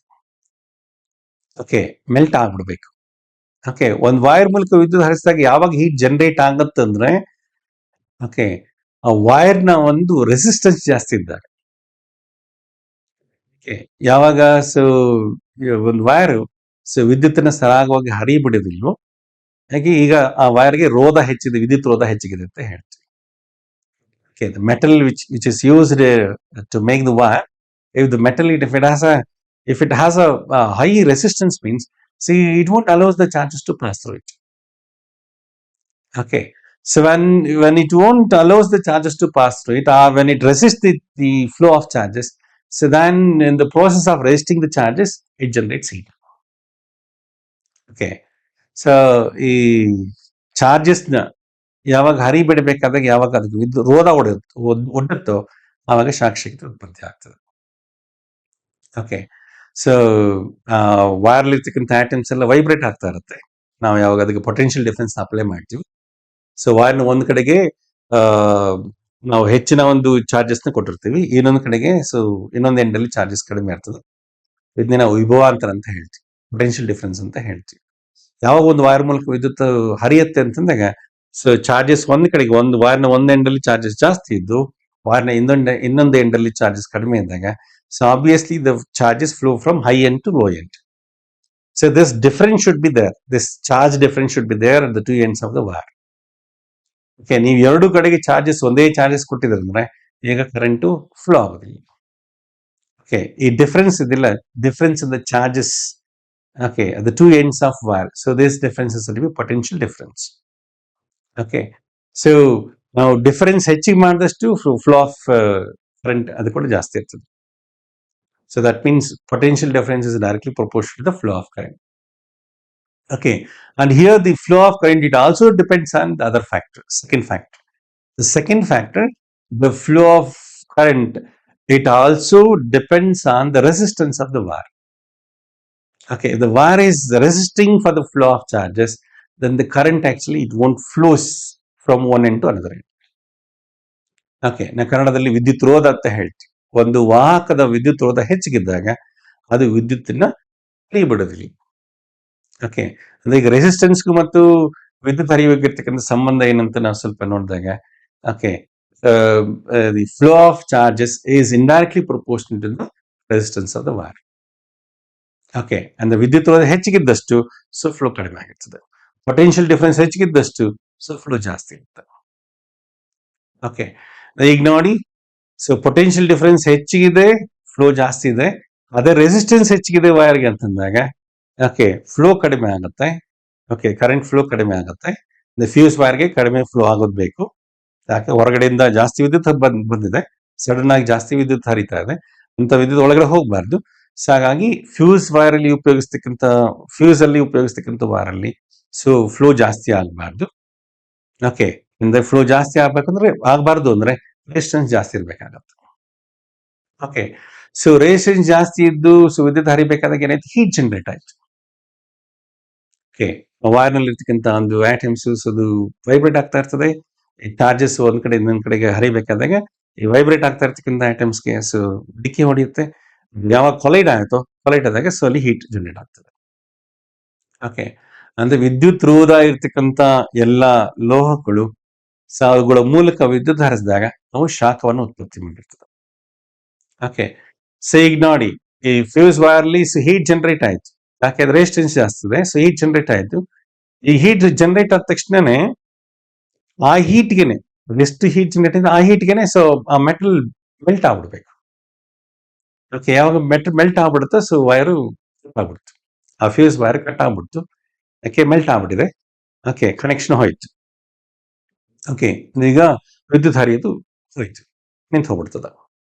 ಓಕೆ, ಈಗ ಫ್ಯೂಸ್ ವೈರ್ ಲಕ್ಷಣ ಹೇಗಿರ್ಬೇಕು, ನಾನು ನೋಡಿದಾಗೆ ರೆಸಿಸ್ಟೆನ್ಸ್, ಹೈ ರೆಸಿಸ್ಟೆನ್ಸ್ ಇರಬೇಕು. ಸೊ ವೈರ್ಗೆ, ಫ್ಯೂಸ್ ವೈರ್ಗೆ ಹೈ ರೆಸಿಸ್ಟೆನ್ಸ್ ಇರಬೇಕು. ಹಾಗೆ ಮೆಲ್ಟಿಂಗ್ ಪಾಯಿಂಟ್ ತೆಗೆದುಕೊಂಡ್ರೆ ಕರಗುವ ಬಿಂದು, ಆ ಒಂದು ಫ್ಯೂಸ್ ಅಲ್ಲಿ ಉಪಯೋಗಿಸಿರ್ತಕ್ಕಂಥ ಲೋಹದ ಕರಗುವ ಬಿಂದು ಹೇಗಿರ್ಬೇಕು, ಜಾಸ್ತಿ ಇರ್ಬೇಕಾ ಕಡಿಮೆ ಇರ್ಬೇಕಾ? ಕರಗುವ ಬಿಂದು ಕಡಿಮೆ ಇರಬೇಕು. ಕರಗುವ ಬಿಂದು ಅಥವಾ ಕನ್ನಡ ಇಂಗ್ಲಿಷ್ ಅಲ್ಲಿ ಮೆಲ್ಟಿಂಗ್ ಪಾಯಿಂಟ್ ಅಂದ್ರೆ is the temperature required to convert a metal into a liquid form. Okay, liquid ಸ್ಟೇಟ್ಗೆ ಅಂದ್ರೆ ಸಾಲಿಡ್ ಸ್ಟೇಟ್ ಅಲ್ಲಿ ಇರ್ತಕ್ಕಂಥ ಒಂದು ಮೆಟಲ್ ನ ಸೊ ಲಿಕ್ವಿಡ್ ಸ್ಟೇಟ್ ತರಲಿಕ್ಕೆ ಸೊ ಏನ್ ಟೆಂಪರೇಚರ್ ಬೇಕಾಗಿದೆ ಸೊ ಆ ಟೆಂಪರೇಚರ್ ಮೆಲ್ಟಿಂಗ್ ಪಾಯಿಂಟ್ ಅಂತ ಹೇಳ್ತೀವಿ. ಓಕೆ, ಫ್ಯೂಸ್ ವೈರ್ ರೆಸಿಸ್ಟೆನ್ಸ್ ಜಾಸ್ತಿ ಇರುತ್ತೆ, ಹೀಟ್ ಜನರೇಟ್ ಆಯ್ತು, ಆ ಹೀಟ್ಗೆ ಅದು ಮೆಲ್ಟ್ ಆಗ್ಬಿಡ್ಬೇಕು ಅಂದ್ರೆ ಲೋ ಮೆಲ್ಟಿಂಗ್ ಪಾಯಿಂಟ್ ಇರಬೇಕು. ಓಕೆ, ಸೊ ಫ್ಯೂಸ್ ವೈರ್ಗೆ ಎರಡು ಪ್ರಾಪರ್ಟೀಸ್ ಇರಬೇಕಾಗುತ್ತೆ. Okay, so the wire, the small strip of wire which you're using in the fuse, so it should have these two properties. It should have high resistance and then low melting point. So ಈಗ ನಾವು ಈ ಗುಣಲಕ್ಷಣಗಳಿರ್ತಕ್ಕಂಥ ಒಂದು ಇಲ್ಲಿ ಏನು metals ಕೊಟ್ಟಿದ್ದಾರೆ ಸ್ವಲ್ಪ ನೋಡೋಣ ಅದರಲ್ಲಿ ಇದಾವ ಅಂತ ಹೇಳಿ. First one tungsten. ಟಂಗ್ಸ್ಟನ್ಗೆ ಹೈ ರೆಸಿಸ್ಟೆನ್ಸ್ ಇದೆ. Okay, tungsten has got high resistance ಇದೆ. But when you come to the melting point, so tungsten melting point ಅದು ಕಡಿಮೆ, ಅದು ಜಾಸ್ತಿ ಇದೆ. ಸೊ ಟಂಗ್ಸ್ಟನ್ ನಾವು ಎಲ್ಲಿ ಯೂಸ್ ಮಾಡ್ತೀವಿ, ಇನ್ಕ್ಯಾಂಡೆಸೆಂಟ್ ಬಲ್ಬ್ಸ್ ಯೂಸ್ ಮಾಡ್ತೀವಿ. ನಾವು ಬುರ್ಡೆ ಬಲ್ಬ್ ಅಂತ ಹೇಳ್ತೀವಲ್ಲ, ಸೊ ಅದರಲ್ಲಿ ಒಂದು ಫಿಲಮೆಂಟ್ ಇದೆ ನೋಡಿ, so that filament is made up of tungsten. Okay, so resistance ಜಾಸ್ತಿ ಇರೋದಾನೆ ಸೊ ವಿದ್ಯುತ್ ಹರಿದಾಗ ಏನಾಯ್ತು, ಸೊ ಅದು ಕಾದು, ಆ ಫಿಲಮೆಂಟ್ ಕಾದು ಸೊ ನಮಗೆ ಬೆಳಕಿನ ರೂಪದಲ್ಲಿ ಬರ್ತಾ ಇದೆ. ಓಕೆ, ಕಬ್ಬಣ ಒಂದು ಕತ್ಲೆ ರೂಮಲ್ಲಿ ಕಬ್ಬಣ ಕಾಯಿಸ್ತಾರೆ, ಕೆಂಪು ಬೆಳಕು ಹೆಂಗ್ ಬರುತ್ತೋ ಹಾಗೆ ಇಲ್ಲಿ ಕೂಡ ಅಷ್ಟೇ ಟಂಗ್ಸ್ಟನ್ ಫಿಲಮೆಂಟ್ ಕಾದು ನಮ್ಗೆ ಎಲ್ಲೋ ಲೈಟ್ ಬರಂಗ್ ಮಾಡ್ತದೆ. ಮೆಟಲ್ ಕಾದು ನಮ್ಗೆ ಬೆಳಕಿನ ರೂಪದಲ್ಲಿ ಬರ್ತದೆ ಅಷ್ಟೇ. ಓಕೆ, ಅಂದ್ರೆ ನೀವು ಈಗ ಇಮ್ಯಾಜಿನ್ ಮಾಡ್ಕೊಳ್ಳಿ, ಮೆಲ್ಟಿಂಗ್ ಪಾಯಿಂಟ್ ಅಂತ ತುಂಬಾ ಕಡಿಮೆ ಆಗ್ಬಿಟ್ರೆ ಫಿಲಮೆಂಟ್ ಬರ್ನ್ ಆಗ್ಬಿಡುತ್ತೆ. ಸೊ ಹಾಗಾಗಿ ಅಲ್ಲಿ ಫಿಲಮೆಂಟ್ ಟಂಗ್ಸ್ಟನ್ಗೆ ಹೈ ರೆಸಿಸ್ಟೆನ್ಸ್ ಇದೆ, ಹೈ ಮೆಲ್ಟಿಂಗ್ ಪಾಯಿಂಟ್ ಇದೆ, 1500 ಹಂಗೆಲ್ಲ ಇದೆ. ಓಕೆ, ಇದನ್ನ ಫ್ಯೂಸ್ ವೈರ್ ಆಗಿ ಯೂಸ್ ಮಾಡ್ಬೋದ್ರೆ ಇಲ್ಲಿ, ಯಾಕೆ ಹೀಟ್ ಜಾಸ್ತಿ ಆಗುತ್ತೆ, ಪ್ಲಸ್ ಹೀಟ್ ಜಾಸ್ತಿ ಆದ್ರೂ ಕೂಡ ವೈರ್ ಅದು ಮೆಲ್ಟ್ ಆಗ್ತಿಲ್ಲ, ಸೊ ಡಿಸ್ಕನೆಕ್ಟ್ ಆಗಲ್ಲ. ಓಕೆ, ಸೊ ಹಂಗಾಗಿ ಟಂಗ್ಸ್ಟನ್ ಇದನ್ನ ಬಳಸಕ್ಕೆ ಆಗೋದಿಲ್ಲ. ಡ್ಯುರಾಲಿನಮ್, ಓಕೆ, ಅಲ್ಯೂಮಿನಿಯಂ ಒಂದು ಇನ್ನೊಂದು ಫಾರ್ಮ್ ಅಂತ ಹೇಳ್ಬೋದು, ಲೈಟ್ ಅಲ್ಯೂಮಿನಿಯಂ ಅಂತ ಹೇಳ್ಬೋದು. ನಾವು ಯೂಶಲಿ ಏರೋಪ್ಲೈನ್ಸ್ ಅಲ್ಲಿ ಇದನ್ನ ಯೂಸ್ ಮಾಡ್ತಾ ಇರ್ತೀವಿ. Of course, this is also a good conductor. Okay, aluminum wires, now not really copper, aluminum. Okay, so melting point ಇದಕ್ಕೂ ಸ್ವಲ್ಪ ಇದೆ. ಟಂಗ್ಸ್ಟನ್ ಅಷ್ಟು ಜಾಸ್ತಿ ಇಲ್ದಿರಿ ಕೂಡ ಸೊ ಡ್ಯುರಾಲಿಯಂ ಕೂಡ ಮೆಲ್ಟಿಂಗ್ ಪಾಯಿಂಟ್ ಇದೆ, ಮೆಲ್ಟಿಂಗ್ ಪಾಯಿಂಟ್ ಸ್ವಲ್ಪ ಹೆಚ್ಚಿಗೆ ಇದೆ. ಸೊ ಹಂಗಾಗಿ ಅದನ್ನು ಕೂಡ ನಾವು ಯೂಸ್ ಮಾಡ್ಲಿಕ್ಕೆ ಆಗೋದಿಲ್ಲ, ಯಾಕಂದ್ರೆ ಇಮಿಡಿಯೇಟ್ ಆಗಿ ಅದು ಮೆಲ್ಟ್ ಆಗ್ಬೇಕು. ಸೊ ಹಾಗೆ ಡ್ಯುರಾಲಿಯಂ ಕೂಡ ಇದು ಕೂಡ ಆಗೋದಿಲ್ಲ. Silver is sterling silver. Again, silver is a very good conductor of electricity. It is a good current, good conductor ಅಂತ ಹೇಳ್ಬೋದು, ತುಂಬಾ ಉತ್ತಮ ವಾಹಕ ಅಂತ ಹೇಳ್ಬೋದು. ತನ್ನ ಮೂಲಕ ವಿದ್ಯುತ್ ಚೆನ್ನಾಗಿ ಹರಿಬಿಡುತ್ತೆ. ಸೊ ವಾಹಕಗಳಲ್ಲಿ ಅತ್ಯುತ್ತಮ ವಾಹಕ ಅಂದ್ರೆ ಸಿಲ್ವರ್. ಓಕೆ, ಗುಡ್ ಕಂಡಕ್ಟರ್ ಅಂದ್ರೆ so you cannot use silver in the fuse. Okay, fuse wire ಮಾಡ್ಲಿಕ್ಕೆ ಸಿಲ್ವರ್ ಮೆಟಲ್ ನ ಯೂಸ್ ಮಾಡ್ಲಿಕ್ಕೆ ಆಗೋದು, ಯಾಕೆ ಗುಡ್ ಕಂಡಕ್ಟರ್, ಅಷ್ಟು ವಿದ್ಯುತ್ನ ಹರಿಬಿಡ್ತಾ ಇರ್ತದೆ, ರೆಸಿಸ್ಟೆನ್ಸ್ ಇಲ್ಲ. ಹಂಗಾಗಿ ಇದು ಅಲ್ಲ. Last one, alloy of tin and lead. Yes, of course. So ನಾವು ಫ್ಯೂಸ್ ಅಲ್ಲಿ ಯೂಸ್ ಮಾಡ್ತಕ್ಕಂತ ಒಂದು ವೈರ್ ಇದಿಲ್ಲ, ಅದೊಂದು ಮಿಶ್ರಲೋಹ. ಓಕೆ, ಟಿನ್ ಮತ್ತು ಲೆಡ್ ಈ ಎರಡು ಮೆಟಲ್ಸ್ ಇಂದ ಅಥವಾ ಎರಡು ಮೆಟಲ್ಸ್ ಇಂದ ಮಾಡಿರ್ತಕ್ಕಂಥ ಒಂದು ಮಿಶ್ರಲೋಹ, 2 ಮೆಟಲ್ಸ್ ಆಗಿರ್ತಕ್ಕಂಥದ್ದು. ಸೊ ಇದನ್ನ ಫ್ಯೂಸ್ ಅಲ್ಲಿ ಯೂಸ್ ಮಾಡಿರ್ತಾರೆ. ಸೊ ಇದಕ್ಕೆ 2 ಪ್ರಾಪರ್ಟಿ ಇದೆ, ಹೈ ರೆಸಿಸ್ಟೆನ್ಸ್ ಇದೆ ಮತ್ತೆ melting point, low melting point ಇದೆ. ಹಾಗೆ ಸ್ವಲ್ಪ ಹೀಟ್ ಆದ ತಕ್ಷಣ ಅದು ಮೆಲ್ಟ್ ಆಗ್ಬಿಡುತ್ತೆ. ಸೊ ಸರ್ಕ್ಯೂಟ್ ಡಿಸ್ಕನೆಕ್ಟ್ ಆಯ್ತು. ಸೊ ಜಾಸ್ತಿ ಫ್ಲೋ ಅಲ್ಲಿಗೆ ಕಟ್ ಆಗ್ಬಿಡುತ್ತೆ, ಮನೆ ಮುಂದೆಗೆ ಅಲ್ಲಿಗೆ ಡಿಸ್ಕನೆಕ್ಟ್ ಆಗೋದ್ರಿಂದ ಸೊ ಹೆಚ್ಚುವರಿ ವಿದ್ಯುತ್ ಮನೆ ಒಳಗಡೆ ಹರಿಯೋದಿಲ್ಲ. 8th question, again multiple options ಇದೆ. Consider the following. Again, 4 things here. One is mica, graphite, sulfur, the human body. Mica, graphite, sulfur, last one is human body. Which among the above is or electrical conductors? Okay, so ಮೇಲೆ ಕೊಟ್ಟಿರ್ತಕ್ಕಂಥ ಒಂದು options ಅಲ್ಲಿ ಯಾವ ಒಂದು ಅಥವಾ ಹಲವು ಉತ್ತಮ ವಿದ್ಯುತ್ ವಾಹಕಗಳಾಗಿದ್ದಾವೆ ಅಂತ ಪ್ರಶ್ನೆ ಇದು. ಹಾಗೆ ಹಿಂದೆ ನಾವು ರೆಸಿಸ್ಟೆನ್ಸ್ ನ ನೋಡಿದ್ವಿ, ಈಗ ಉತ್ತಮ ವಾಹಕಗಳು ಯಾವುದು ಅಂತ ಕೇಳ್ತಿದ್ದಾರೆ. ಸ್ವಲ್ಪ ನೋಡೋಣ. Mica is not a good conductor of electricity. Okay, mica ನೀವೆಲ್ಲ ಕೇಳಿರ್ತೀರಿ. ಮೈಕಾನ ಐರನ್ ಮಾಡ್ತೀವಲ್ಲ, ಐರನ್ ಬಾಕ್ಸ್ ಅಲ್ಲಿ ಮೈಕಾನ್ ಯೂಸ್ ಮಾಡಿರ್ತಾರೆ. ಯಾಕೆ? ರೆಸಿಸ್ಟೆನ್ಸ್ ಜಾಸ್ತಿ ಇದೆ. ರೆಸಿಸ್ಟೆನ್ಸ್ ಜಾಸ್ತಿ ಇರೋದ್ರಿಂದ ಸೊ ಏನು ಐರನ್ ಬಾಕ್ಸ್ ಒಳಗೆ ಎಂಟರ್ ಆಗ್ತಾ ಇರ್ತಕ್ಕಂಥ ಕರೆಂಟ್ ಎಲ್ಲ ಅದು ಹೀಟ್ ಆಗಿ ಕನ್ವರ್ಟ್ ಆಗ್ತಾ ಹೋಗುತ್ತೆ. ಸೊ ರೆಸಿಸ್ಟೆನ್ಸ್ ಜಾಸ್ತಿ ಇದೆ. ಈಗ ಜಸ್ಟ್ ನಾ ಹಿಂದೆ ಈ ಕ್ವಶನ್ ಅಲ್ಲಿ ನಾವು ಡಿಸ್ಕಸ್ ಮಾಡಿದ್ವಿ, ಯಾವಾಗ ರೆಸಿಸ್ಟೆನ್ಸ್ ಜಾಸ್ತಿ ಇರುತ್ತೋ ಸೊ ವಿದ್ಯುತ್ ಹರಿದಾಗ ಅದು ಹೀಟ್ ಆಗಿ ಕನ್ವರ್ಟ್ ಆಗ್ತಾ ಹೋಗ್ತಾ ಇರುತ್ತೆ, ಹೀಟ್ ಎನರ್ಜಿ ಜನರೇಟ್ ಆಗಿರ್ತದೆ. So mica it's not a good conductor of electricity. Okay, resistance ಇದೆ. Next graphite. ನಾವು ಜನರಲ್ ಆಗಿ ನಾವು ನೋಡಿದಾಗ ಯಾವುದು ಉತ್ತಮ ವಾಹಕ ಆಗಿರುತ್ತೆ ಅಂತ ನಾವು ಸ್ವಲ್ಪ ನೋಡಿದ್ರೆ, ಲೋಹಗಳು ಉತ್ತಮ ವಾಹಕಗಳು, ಅಲೋಹಗಳು ವಾಹಕಗಳಲ್ಲ ಅಂತ ನಾವು ತಗೊಳ್ತೀವಿ. Metals are considered to be good conductors of electricity. Non metals they are not good conductors, bad conductors ಅಂತ ಹೇಳ್ಬೋದು. Again both sides you have some exceptions. Okay, among metals, there are some metals which are not good conductors of electricity. One already we have seen, tungsten. So tungsten is a metal, but it's not a good conductor of electricity. Again, this and also you have some exceptions. If you come to the non-metals, again there are a few non-metals which are good conductors of electricity. Again, there's one non-metal which is a good conductor of electricity. Okay. ಲೋಹಗಳೆಲ್ಲ ಉತ್ತಮ ವಾಹಕಗಳು ಅಂತ ಹೇಳ್ತಿರ್ತೀವಿ, ಅದೇ ಕೆಲವು exceptions ಇದೆ. Tungsten ಒಂದು exception ಅಂತ ಹೇಳ್ಬೋದು. Tungsten ಉತ್ತಮ ವಾಹಕ ಅಲ್ಲ, ವಿದ್ಯುತ್ ವಾಹಕ ಅಲ್ಲ. ಹಾಗೆ ಅಲೋಹಗಳು ವಾಹಕಗಳಲ್ಲ ಅಂತ ಹೇಳ್ತೀವಿ, ವಿದ್ಯುತ್ ವಾಹಕಗಳಲ್ಲ ಅಂತ ಹೇಳ್ತೀವಿ.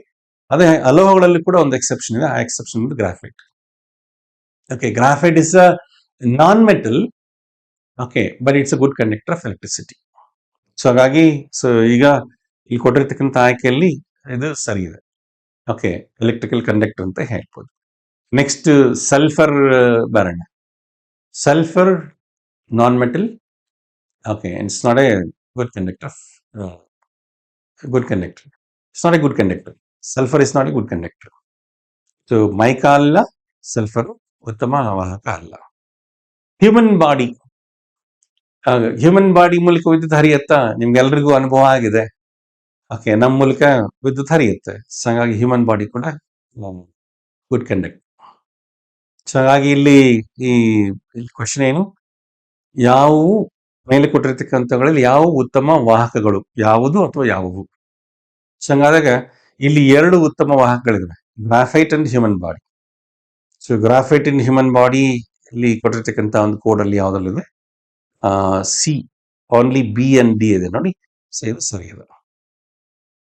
ಓಕೆ, ಇದು ಜನರಲ್ ಆಗಿ ನಾವು ಯಾವುದೇ ಎಕ್ಸಾಮ್ಸ್, ಕಾಂಪಿಟೇಟಿವ್ ಎಕ್ಸಾಮ್ಸ್ ಅಂತ ನೋಡಿದಾಗ ಈ ಎಲೆಕ್ಟ್ರಿಸಿಟಿ ಇದ್ರ ಮೇಲೆ ಕ್ವಶನ್ ಇದ್ದೇ ಇರ್ತದೆ. Conductors, non conductors, okay, and then flow of current. So flow of current depends on what factors, ಯಾವ ಅಂಶಗಳ ಮೇಲೆ ವಿದ್ಯುತ್ ಹರಿವಿಕೆ ಅವಲಂಬಿತವಾಗಿದೆ. ಓಕೆ, ಸೊ ಫಿಸಿಕ್ಸ್ ಅಲ್ಲಿ ಈ ಟಾಪಿಕ್ ಯೂಶಲಿ ಕ್ವಶನ್ ಬರುವಂಥದ್ದು. ಹಾಗಾಗಿ ಎಲೆಕ್ಟ್ರಿಸಿಟಿ ಸ್ವಲ್ಪ ನೋಟ್ ಮಾಡ್ಕೊಂಡ್ರಿ, ಇದನ್ನ ನೀವು ಓದ್ಕೊಂಡಿರ್ಬೇಕಾಗತ್ತೆ.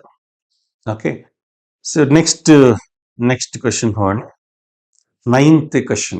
So the question reads like this: Aditya L1 is the first Indian space-based observatory to study the sun. ಕನ್ನಡದಲ್ಲಿ ಆದಿತ್ಯ L1 ಇದು ಭಾರತದ ಮೊದಲ ಒಂದು ಸೌರ ವೀಕ್ಷಕ ಅಂತ ಹೇಳುತ್ತೆ. ಈಗ ಕೆಳಗೆ ಆಪ್ಷನ್ಸ್ ಏನಪ್ಪಾ ಅಂತಂದ್ರೆ, ಈ ಸೋಲಾರ್ ಅಬ್ಸರ್ವೇಟರಿನ ಎಲ್ಲಿ ಇಟ್ಟಿದ್ದಾರೆ, ಯಾವ ಕಕ್ಷೆಯಲ್ಲಿ ಇರಿಸಿದ್ದಾರೆ ಅಂತ ಹೇಳ್ಬಿಟ್ಟು ಆಪ್ಷನ್ಸ್ ಅಲ್ಲಿ ಕೊಟ್ಟಿದ್ದಾರೆ. ಯಾವ ಕಕ್ಷೆಯಲ್ಲಿ ಇರಿಸಿದ್ದಾರೆ ಅಂತ ನಾವು ಕರೆಕ್ಟ್ ಆಗಿರೋದನ್ನ ಇಲ್ಲಿ ಸೆಲೆಕ್ಟ್ ಮಾಡ್ಕೋಬೇಕು. ಓಕೆ, ಸೊ ಫಸ್ಟ್ ಆಪ್ಷನ್ ಬಂದು from geostationary orbit. Aditya L1 is placed in geostationary orbit ಅಂತ ಒಂದು ಫಸ್ಟ್ ಆಪ್ಷನ್ ನಾವು ತೆಗೆದುಕೊಂಡ್ರೆ ಹಂಗೆ ಬರುತ್ತೆ. ನಿಮ್ಗೆಲ್ಲ ಗೊತ್ತದೆ, ಜಿಯೋಸ್ಟೇಷನರಿ ಆರ್ಬಿಟ್ ಅಲ್ಲಿ ಸೋಲಾರ್ ಅಬ್ಸರ್ವೇಟರೀಸ್ ನ ಇಡ್ಲಿಕ್ಕೆ ಹೋಗೋದಿಲ್ಲ. ಸೊ ಜಿಯೋಸ್ಟೇಷನರಿ ಅಂತ ಏನೇನು ಸ್ವಲ್ಪ ತಿಳ್ಕೊಂಬಿಡೋಣ. ಜಿಯೋಸ್ಟೇಷನರಿ ಅಂದ್ರೆ ಕನ್ನಡದಲ್ಲಿ ನಾವು ಭೂಸ್ಥಿರ ಕಕ್ಷೆ ಅಂತ ಹೇಳ್ತೀವಿ. ಭೂಮಿಯ ಸೌಭಾಜಕ ವೃತ್ತದ ಮೇಲಿಂದ ಸುಮಾರು 36,000 ಕಿಲೋಮೀಟರ್ ದೂರದಲ್ಲಿ ಸೊ ಒಂದು ಕಕ್ಷೆ, ಒಂದು ಇಮ್ಯಾಜಿನರಿ ಆರ್ಬಿಟ್ ಅಂತ ಏನಿದೆ, ಸೊ ಅದನ್ನು ಜಿಯೋಸ್ಟೇಷನರಿ ಅಂತ ಹೇಳ್ಬೋದು. ಭೂಮಿಯ ಸೌಭಾಜಕ ವೃತ್ತದಿಂದ 36,000 ಕಿಲೋಮೀಟರ್ ಎತ್ತರದಲ್ಲಿ ಇರ್ತಕ್ಕಂಥ ಕಕ್ಷೆ, ಅದನ್ನು ಭೂಸ್ಥಿರ ಕಕ್ಷೆ ಅಂತ ಹೇಳ್ತೀವಿ. ಯಾಕೆ ಇದನ್ನ ಈ ಹೆಸರನ್ನ ಕರೀತಾರೆ ಅಂತ ಸ್ವಲ್ಪ ನಾವು ಗಮನಿಸಿದಾಗ, ಇಷ್ಟು ದೂರದಲ್ಲಿ ನಾವು ಉಪಗ್ರಹವನ್ನು ಇರಿಸಿದಾಗ ಸೊ ಭೂಮಿಯ ಒಂದು ಪರಿಭ್ರಮಣ ಅವಧಿ ಮತ್ತು ಉಪಗ್ರಹದ ಒಂದು ಪರಿಭ್ರಮಿಸುವ ಅವಧಿ ಎರಡನ್ನೂ ಒಂದಾಗಿರ್ತದೆ. Okay, so now if you place a satellite in this orbit, so the revolutionary period of the satellite as well as the rotation period of the Earth, it becomes same. Earth actually it rotates on its own axis, and the Earth takes 24 hours to complete one rotation. And the satellite which is placed in geostationary orbit, so that also takes 24 hours to complete one revolution. So that means in a day, the satellite completes only one revolution. Now this satellite which is placed in this orbit, so it is docked to a particular geographical area.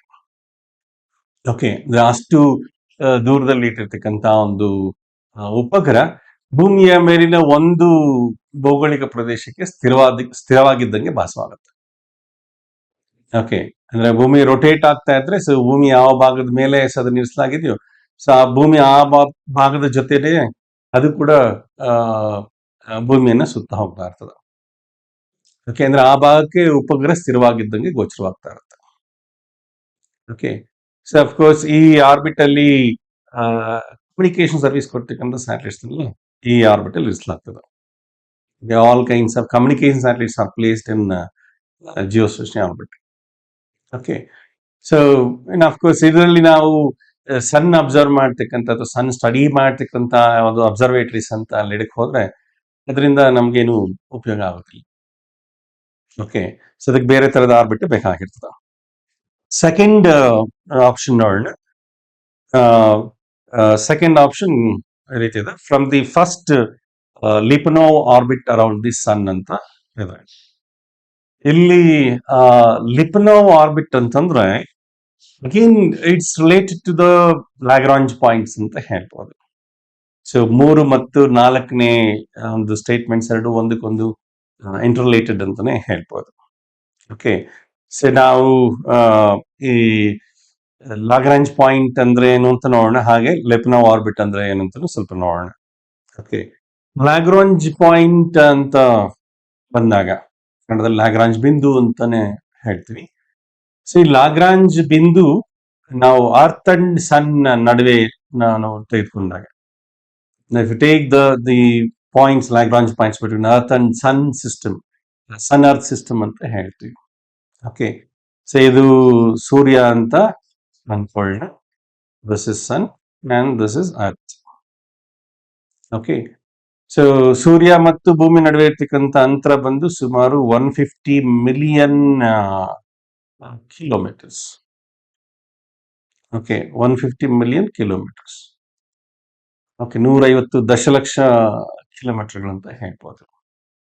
Okay, so ಈಗ ಸನ್ ಮತ್ತೆ ಈ ಭೂಮಿ ನಡುವೆ ಈ ವ್ಯವಸ್ಥೆಯಲ್ಲಿ, ಸೂರ್ಯ ಮತ್ತು ಭೂಮಿಯ ಒಂದು ವ್ಯವಸ್ಥೆಯಲ್ಲಿ ನಾವು 5 ಕಡೆ ಒಂದು ನ್ಯೂಟ್ರಲ್ ಪಾಯಿಂಟ್ಸ್ ಕಾಣ್ಬೋದು.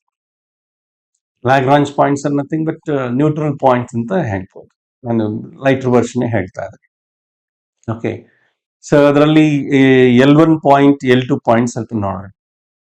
ಸೊ L1 ಪಾಯಿಂಟ್ ಎಲ್ಲಿದೆ, ಲ್ಯಾಗ್ರಾಂಜ್ ಪಾಯಿಂಟ್ ಎಲ್ಲಿ ಬರುತ್ತೆ, ನ್ಯೂಟ್ರಲ್ ಪಾಯಿಂಟ್ ಎಲ್ಲಿ ಬರುತ್ತೆ ಅಂತ ನಾವು ಸ್ವಲ್ಪ ನೋಡಿದ್ರೆ, ಭೂಮಿ ಮತ್ತು ಸೂರ್ಯನ ನಡುವಿನ ನೇರ ದೂರ ಇದೆಯಲ್ಲ, ಸ್ಟ್ರೈಟ್ ಡಿಸ್ಟೆನ್ಸ್ ತೆಗೆದುಕೊಂಡಾಗ ಈ ಸ್ಟ್ರೈಟ್ ಡಿಸ್ಟೆನ್ಸ್ ಅಲ್ಲಿ 150 ಮಿಲಿಯನ್ ಕಿಲೋಮೀಟರ್ ಡಿಸ್ಟೆನ್ಸ್ ಏನಿದೆ, ಈ ಡಿಸ್ಟೆನ್ಸ್ ನಲ್ಲಿ 1% ಡಿಸ್ಟೆನ್ಸ್ ಅಂತ ಹೇಳ್ಬೋದು.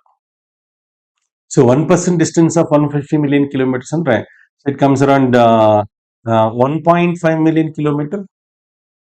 Okay, 1.5 million kilometre. 1.5 million kilometre is nothing but 15 lakh kilometres, 15 lakh kilometre ಅಂತ ಹೇಳ್ಬೋದು.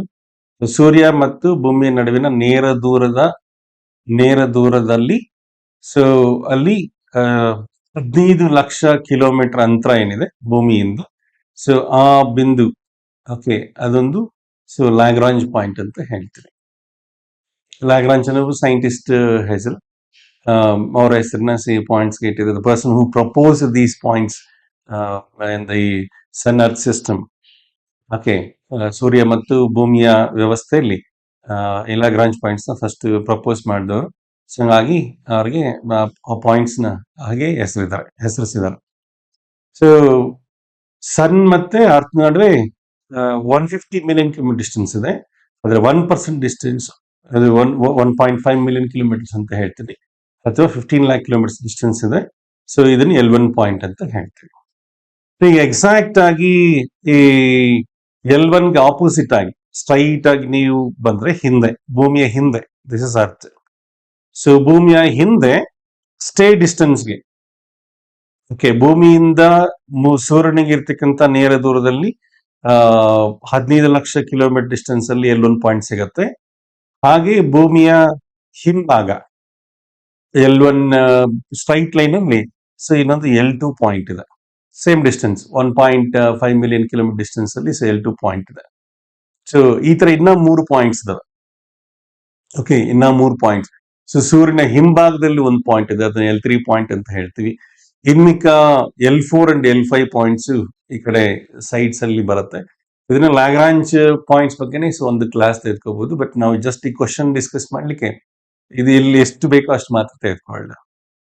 ಓಕೆ, ಸೊ ಏನು ಈ ಲ್ಯಾಗ್ರಾಂಜ್ ಪಾಯಿಂಟ್ಸ್ ನ ಒಂದು ಬೆನಿಫಿಟ್ ಏನಂತಂದ್ರೆ, ನಾವು ಯಾವ್ದಾದ್ರು ಒಂದು ಸ್ಪೇಸ್ ಕ್ರಾಫ್ಟ್ ನಿ, ಓಕೆ, ಬಾಹ್ಯಾಕಾಶಕ್ಕೆ ಒಂದು ಗಗನ ನೌಕೆಯನ್ನ ನಾವು ಕಳಿಸ್ಕೊಟ್ಟಾಗ, ಸೊ ಆ ಗಗನ ನೌಕೆ ಈ ಬಿಂದುವಲ್ಲಿ ಇರಿಸಿದ್ರೆ, ಓಕೆ, ಲ್ಯಾಗ್ರಾಂಜ್ ಪಾಯಿಂಟ್ಸ್ ಅಲ್ಲಿ ಇರಿಸಿದ್ರೆ, ಸೊ ಗ್ರಾವಿಟೇಷನಲ್ ಪುಲ್, ಓಕೆ, ನಿಮಗೆ L1 ಪಾಯಿಂಟ್ ಅಲ್ಲಿ ಇಟ್ಟಾಗ, ಒಂದು ಅಬ್ಸರ್ವೇಟರಿ L1 ಪಾಯಿಂಟ್ ಅಲ್ಲಿ ಇಟ್ಟಾಗ, ಸೊ ಅರ್ತ್ ನ ಒಂದು ಗ್ರಾವಿಟಿ ಮತ್ತೆ ಆ ಕಡೆ ಸನ್ಸ್ ನ ಗ್ರಾವಿಟಿ ಎರಡು ಒಂದೇ ರೀತಿ ಇರ್ತದೆ. ಓಕೆ, ಅಂದ್ರೆ ಸೊ ಭೂಮಿ ಮತ್ತು ಸೂರ್ಯ ನಡುವೆ ಇರ್ತಕ್ಕಂಥ ಅಂತರದಲ್ಲಿ 1% ಡಿಸ್ಟೆನ್ಸ್, ಭೂಮಿಯಿಂದ 1% ಡಿಸ್ಟೆನ್ಸ್ ಅಲ್ಲಿ, ಸೊ ಅಲ್ಲಿ ಒಂದು ಅಬ್ಸರ್ವೇಟರಿ, ಸೋಲಾರ್ ಅಬ್ಸರ್ವೇಟರಿನ ಇಟ್ಟಾಗ, ಸೊ ಭೂಮಿಯಿಂದ ಆ ಒಂದು ಅಬ್ಸರ್ವೇಟರಿ ಮೇಲೆ ಎಷ್ಟು ಗುರುತ್ವಾಕರ್ಷಣೆ ಬೀಳ್ತಾ ಇದೆಯೋ, ಸೊ ಸೂರ್ಯನಿಂದ ಅದೇ ಅಬ್ಸರ್ವೇಟರಿ ಮೇಲೆ ಅಷ್ಟೇ ಗುರುತ್ವಾಕರ್ಷಣೆ ಬೀಳ್ತಾ ಇರ್ತದೆ. Okay, the gravity from both the sides is almost it is equal. Okay, so ಯಾವಾಗ ಅದ್ರ ಮೇಲೆ ಉಂಟಾಗ್ತಾ ಇರ್ತಕ್ಕಂಥ ಪುಲ್ ಎರಡು ಕಡೆಗೆ ಈಕ್ವಲ್ ಪುಲ್ ಅಬ್ಸರ್ವೇಟರಿ ಮೇಲೆ ಆಗ್ತಿದೆಯೋ, ಈಗ ಅಬ್ಸರ್ವೇಟರಿ ಸ್ಟೇಬಲ್ ಆಗಿರುತ್ತೆ. Observatory neither it is going towards sun nor it comes back towards the earth.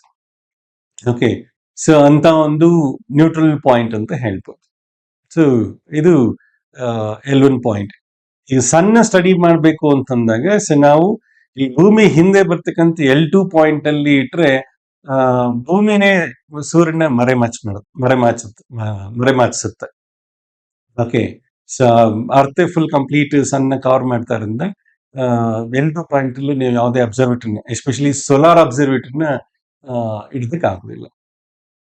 Okay, the earth covers the entire sun, so that you can't place the solar observatories at L2 point. So obviously anyone can say that the best place to keep the observatory is L1 point. Okay, L1 point ಇಟ್ಟಾಗ, so observatory ಸೂರ್ಯನ ಮುಖ ಮಾಡ್ಕೊಂಡಿರ್ತದೆ. So ಸೂರ್ಯನ ಮುಖ ಮಾಡಿಕೊಂಡು ಸೂರ್ಯನ continuous ಆಗಿಂತ study ಮಾಡ್ತಾ ಹೋಗ್ಬೋದು. Okay, so of course L1 point ಸುತ್ತಲೂ ಎಕ್ಸಾಕ್ಟ್ ಆಗಿ ಪಾಯಿಂಟ್ ಅಲ್ಲಿ ನಾವು ಅಬ್ಸರ್ವೇಟರ್ ನೀಡ್ಲಿಕ್ಕೆ ಆಗುದಿಲ್ಲ. ಇಲ್ಲೊಂದು ಆರ್ಬಿಟ್ ಈ ತರ ಡಿಸ್ಟಾರ್ಟೆಡ್ ಆರ್ಬಿಟ್ ಅಂತ ಹೇಳ್ಬೋದು. ರೆಗ್ಯುಲರ್ ಶೇಪ್ ಅಲ್ಲಿ ಇರೋದಿಲ್ಲ. ರೆಗ್ಯುಲರ್ ಶೇಪ್ ಅಂದ್ರೆ ಸರ್ಕ್ಯುಲರ್ ಶೇಪ್ ಅಥವಾ ಎಲಿಪ್ಟಿಕಲ್ ಶೇಪ್ ಇಲ್ಲಿದ್ರೆ ಸೊ ಅದನ್ನ ಸರ್ಕ್ಯುಲರ್ ಆರ್ಬಿಟ್ ಅಥವಾ ಎಲಿಪ್ಟಿಕಲ್ ಆರ್ಬಿಟ್ ಅಂತ ಹೇಳ್ತೀವಿ. ಬಟ್ ಇಲ್ಲಿ ಆತರ ಸರ್ಕ್ಯುಲರ್ ಅಲ್ಲ, ಎಲಿಪ್ಟಿಕಲ್ ಅಲ್ಲ, ಸೊ ರೆಗ್ಯುಲರ್ ಶೇಪ್ ಅಲ್ಲಿ ಇರ್ತಕ್ಕಂಥ ಒಂದು ಆರ್ಬಿಟ್. ಸೊ ಇಂಥ ಆರ್ಬಿಟ್ ಅಲ್ಲಿ ಈ ಅಬ್ಸರ್ವೇಟರ್ ಇರಿಸಲಾಗುತ್ತೆ. ಸೊ ಸಾಮಾನ್ಯವಾಗಿ ಈ ಆರ್ಬಿಟ್ ನ L1 ಪಾಯಿಂಟ್ ಸುತ್ತಲೂ ಇರ್ತಕ್ಕಂಥ ಒಂದು ಇರೆಗ್ಯುಲರ್ ಶೇಪ್ಡ್ ಆರ್ಬಿಟ್ ನ ಹ್ಯಾಲೋ ಆರ್ಬಿಟ್ ಅಂತ ಹೇಳ್ತೀವಿ. Okay, so when a observatory is placed in the halo orbit around the L1 point, and the observatory, so it is made to face towards the sun, the observatory continuously probes the sun and it will study the sun surface.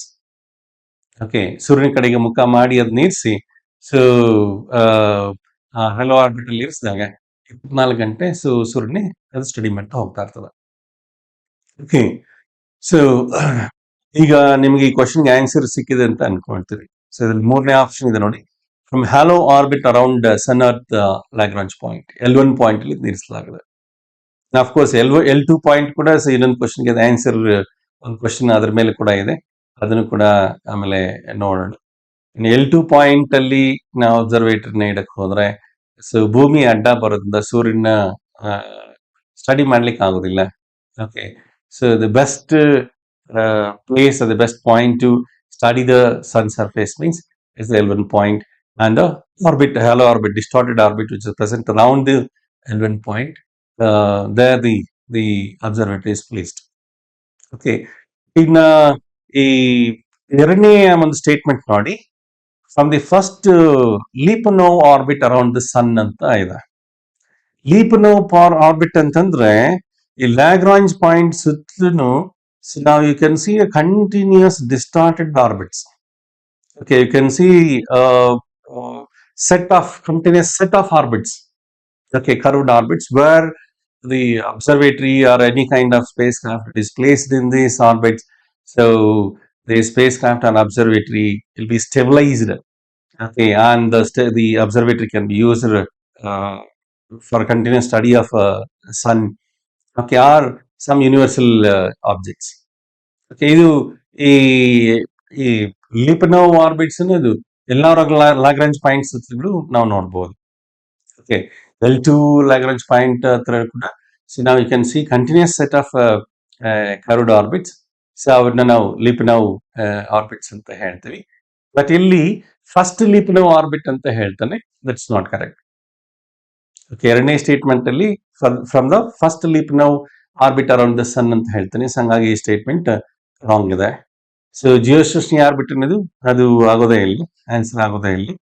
So ಇನ್ನು ಮೂರನೇ statement from halo orbit around sun earth Lagrange point, yes that is correct. Okay, ಇನ್ನ specific ಆಗಿ ಹೇಳ್ಬೇಕಂದ್ರೆ L1 point ಅಂತ ಹೇಳ್ಬೋದು. The last statement from the first orbit around the sun earth Lavoisier point ಅಂತ ಇದಾನೆ. ಲವೋಶಿಯರ್ ಅಂತಂದ್ರೆ ಲವೋಶಿಯರ್ ಆರ್ಬಿಟ್ಸ್ ಅಂತ ಇದಾವೆ. ಓಕೆ, ಲವೋಶಿಯರ್ ಆಸ್ಟ್ರಾಯ್ಡ್ ಅಂತಾನೆ ಇದೆ, ಸೈಂಟಿಸ್ಟ್ ಹೆಸರು ಅದನ್ನ ಆಸ್ಟ್ರಾಯ್ಡ್ ಇಟ್ಟಿದ್ದಾರೆ. So the asteroid actually it revolves around the sun in a specific orbit as the other asteroids revolves around the sun. This one also revolves in an asteroid orbit. So ಅದಕ್ಕೆ asteroid orbit ಲವೋಶಿಯರ್ point ಅಂದ್ರೆ ಅದು ಲೆವಾಸಿಯರ್ orbit ಅಂತಾನೆ ಹೆಸರಿಟ್ಟಿದ್ದಾರೆ. So ಇದು of course asteroids ಇರ್ತಕ್ಕಂಥ ಒಂದು orbit ಆಗಿರೋದ್ರಿಂದ so ಅದಕ್ಕೂ ಸಂಬಂಧ ಇಲ್ಲ, ಆದಿತ್ಯ L1ಗೂ ಮತ್ತೆ ಇದಕ್ಕೂ ಸಂಬಂಧ ಇಲ್ಲ. ಸೊ ಆನ್ಸರ್ ಬಂದು ಮೂರನೇ. Okay, next question 10th question. So the 10th question it is like this: the scientific objective of Aditya L1 mission include. Okay, Aditya L1 ಬಗ್ಗೆ ಎರಡು ಕ್ವೆಶನ್ಸ್ ಬಂದಿದೆ. ಆದಿತ್ಯ L1 ಆ ಟೈಮಲ್ಲಿ ಇದನ್ನ ನಾವು ಸೂರ್ಯನ ಕಡೆಗೆ ಕಳಿಸಿದ್ವಿ. ಅದಾದ್ರೆ ಆದಿತ್ಯ L1 ಕಳಿಸಿದ ನೆಕ್ಸ್ಟ್ ಇಯರ್ ಅಲ್ಲಿ ಈ ಎಕ್ಸಾಮ್ ನಡೆದಿರೋದು. ಹಾಗಾಗಿ ಆ ವರ್ಷ ಹತ್ತಿರದ ವರ್ಷಗಳಲ್ಲಿ ಏನೇನು ಡೆವಲಪ್ಮೆಂಟ್ಸ್ ಆಗಿದೆ, ಸೈಂಟಿಫಿಕ್ ಡೆವಲಪ್ಮೆಂಟ್ಸ್ ಆಗಿದೆ, ಸೊ ಅದರ ಮೇಲೆ ಕ್ವೆಶನ್ಸ್ ನ ಕೇಳಿದ್ದಾರೆ. ಓಕೆ, ಸೊ ಆದಿತ್ಯ L1 ಕಾರ್ಯಾಚರಣೆ ಕೆಳಗಿನ ಯಾವ ಉದ್ದೇಶಗಳನ್ನ ಒಳಗೊಂಡಿದೆ ಅಂತ ಹೇಳ್ಬಿಟ್ಟು ಪ್ರಶ್ನೆ ಇದೆ. ಈಗ ಕೆಳಗೆ 4 ಸ್ಟೇಟ್ಮೆಂಟ್ಸ್ ಉದ್ದೇಶಗಳು ಕೊಟ್ಟಿದ್ದಾನೆ. ಅದರಲ್ಲಿ ಕೊಟ್ಟಿರ್ತಕ್ಕಂಥ 4 ಸ್ಟೇಟ್ಮೆಂಟ್ಸ್ ಅಲ್ಲಿ ಹಲವು ಸ್ಟೇಟ್ಮೆಂಟ್ಸ್ ಕರೆಕ್ಟ್ ಆಗಿದೆ. ಇಲ್ಲಿ ಸಿಂಗಲ್ ಸ್ಟೇಟ್ಮೆಂಟ್ ಅಲ್ಲಿ ಮಲ್ಟಿಪಲ್ ಸ್ಟೇಟ್ಮೆಂಟ್ ಕ್ವಶನ್ ಇದು. ಹಲವು ಸ್ಟೇಟ್ಮೆಂಟ್ಸ್ ಯಾವ್ದು ಕರೆಕ್ಟ್ ಯಾವ್ದು ರಾಂಗ್ ಅಂತ ಸ್ವಲ್ಪ ನಾವು ನೋಡ್ಕೋಬೇಕಾಗತ್ತೆ. ಓಕೆ, ಸೊ ಆದಿತ್ಯ L1 ಕಾರ್ಯಾಚರಣೆ ಉದ್ದೇಶ. ಸೊ ಮೊದಲನೇದು ನೋಡೋಣ. To study coronal heating and solar wind acceleration. Okay, coronal heating. ಈ ಕರೋನಾ ಅಂತಂದ್ರೆ ಸೂರ್ಯನ ಒಂದು ವಾತಾವರಣ ಅಂತ ಹೇಳ್ಬೋದು. ಓಕೆ, ಸೂರ್ಯನ ಸರ್ಫೇಸ್ ನಿಮ್ಗೆ ಗೊತ್ತು. ಓಕೆ, ಈ ಸರ್ಫೇಸ್ ಆದ್ಮೇಲೆ ಈ ಭೂಮಿಯ ಮೇಲ್ಮೈ ಭಾಗ ನಂತರ ವಾತಾವರಣ ಬರುತ್ತೆ. ಹಾಗೆ ಸೂರ್ಯನ ಮೇಲ್ಮೈ ಭಾಗ ನಂತರ ಬರ್ತಕ್ಕಂಥ ವಾತಾವರಣ ಇದಿಲ್ಲ, ಅದನ್ನ ಕರೋನಾ ಅಂತ ಹೇಳ್ತೀವಿ. ಓಕೆ, ಸನ್ಸ್ ಅಟ್ಮಾಸ್ಫಿಯರ್ ಅಂತ ಹೇಳ್ಬೋದು. Not the surface, it's not the sun surface. Okay, surface ಇಂದ ಮೇಲೆ ಬರ್ತಕ್ಕಂಥ ಒಂದು ವಾತಾವರಣ, ಸೊ ಅದನ್ನ ಕರೋನಾ ಅಂತ ಹೇಳ್ತೀವಿ. ಓಕೆ, ಕರೋನಾದು ಯಾಕೆ ಈ ಕರೋನಾ ಭಾಗವನ್ನ ಸ್ಟಡಿ ಮಾಡಬೇಕು ಅಂತ ಸ್ವಲ್ಪ ನೀವು ಗಮನಿಸಿದಾಗ, ಸನ್ಸ್ ಸರ್ಫೇಸ್ ಟೆಂಪರೇಚರ್, ಓಕೆ, ಸೂರ್ಯನ ಮೇಲ್ಮೈ ಭಾಗ ತಾಪಮಾನ ಬಂದು ಸುಮಾರು 6000 ಡಿಗ್ರಿ ಸೆಂಟಿಗ್ರೇಡ್ ಅಂತ ನೀವು ಪುಸ್ತಕಗಳಲ್ಲಿ ಓದಿರ್ತೀರಿ. Surface temperature 6000 degree centigrade. Corona surface ಮೇಲೆ ಬರ್ತಕ್ಕಂಥ ವಾತಾವರಣದ ಭಾಗ ಇದಿಲ್ಲ. ಆಬ್ವಿಯಸ್ ನಾವೇನ್ ಥಿಂಕ್ ಮಾಡ್ತೀವಿ, ಅದು ಕಡಿಮೆನೇ ಇರಬೇಕು.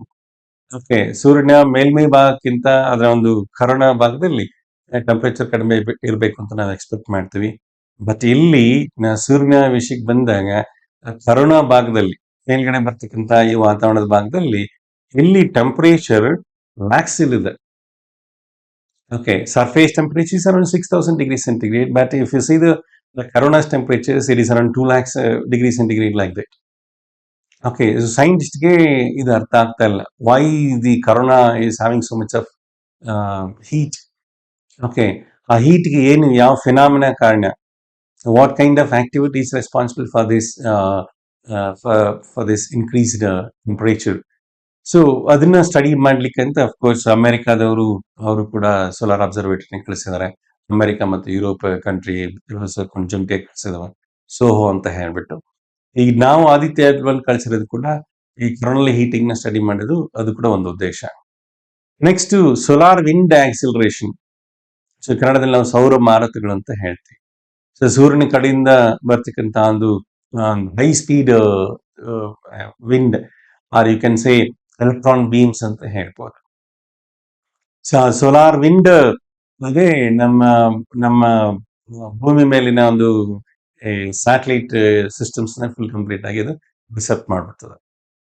ಓಕೆ, ಸೊ ಭೂಮಿಯ ಇದ್ರ ಮೇಲೆ ಕೂಡ ನಾವು ಕೆಲವೊಂದು especially electronic gadgets and then electric grids ಅವೆಲ್ಲನೂ ಅದೆಲ್ಲ ಫುಲ್ ಕಂಪ್ಲೀಟ್ ಆಗಿ ಡಿಸ್ರಪ್ಟ್ ಆಗ್ತಕ್ಕಂಥದ್ದು, ಕಮ್ಯುನಿಕೇಶನ್ ಸ್ಯಾಟಲೈಟ್ಸ್ ಕಂಪ್ಲೀಟ್ ಆಗಿ ಡಿಸ್ರಪ್ಟ್ ಆಗ್ತಕ್ಕಂಥದ್ದು, ಇದನ್ನೆಲ್ಲನೂ ನಾವು ಕಾಣ್ಬೋದು.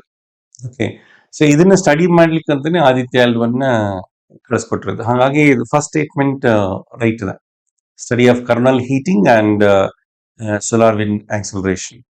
ಅಫ್ಕೋರ್ಸ್ ಇದನ್ನ ಫುಲ್ ಕಂಪ್ಲೀಟ್ ನಾವು ಆದಿತ್ಯ L1 ನಾನು ನೆಕ್ಸ್ಟ್ ಒಂದು ಕ್ಲಾಸ್ ಇದ್ರ ಬಗ್ಗೆ ಒಂದು ವಿಡಿಯೋನ ತೆಗೆದುಕೊಂತೀನಿ ಡೀಟೈಲ್ಡ್ ಆಗಿ. ಲ್ಯಾಗ್ರಾಂಜ್ ಪಾಯಿಂಟ್ಸ್ ಅಂದ್ರೆ ಏನು, ಆದಿತ್ಯವನ್ನು ಎಲ್ಲಿ ಇಟ್ಟಿದ್ದಾರೆ, ಅದು ಏಕೆ ಯಾವ ಉದ್ದೇಶಕ್ಕೋಸ್ಕರ ಅದನ್ನ ಕಳಿಸಲಾಗಿದೆ, ಅದ್ರಲ್ಲಿ ಏನೇನು ಇನ್ಸ್ಟ್ರೂಮೆಂಟ್ಸ್ ಇದೆ.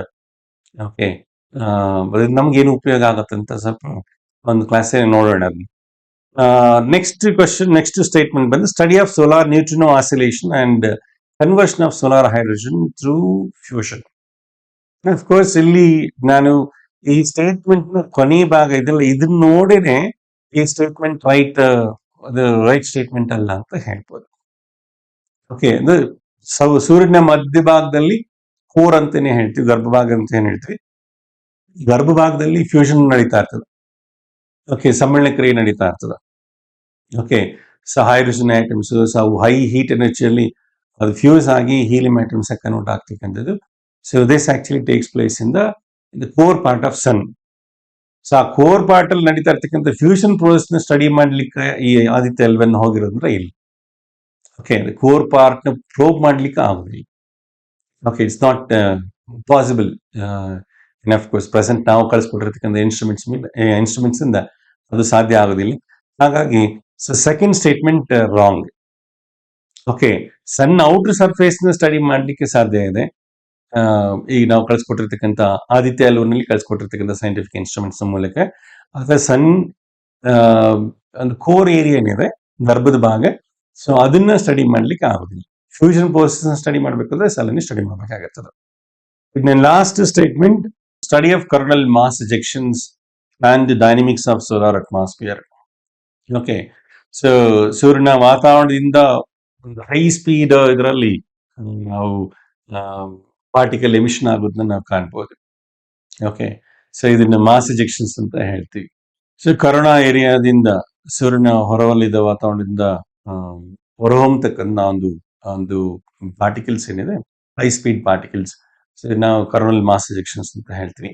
Again that will have a greater impact on the satellites and the electric grid systems, and even this ejections, it affects the entire solar atmosphere.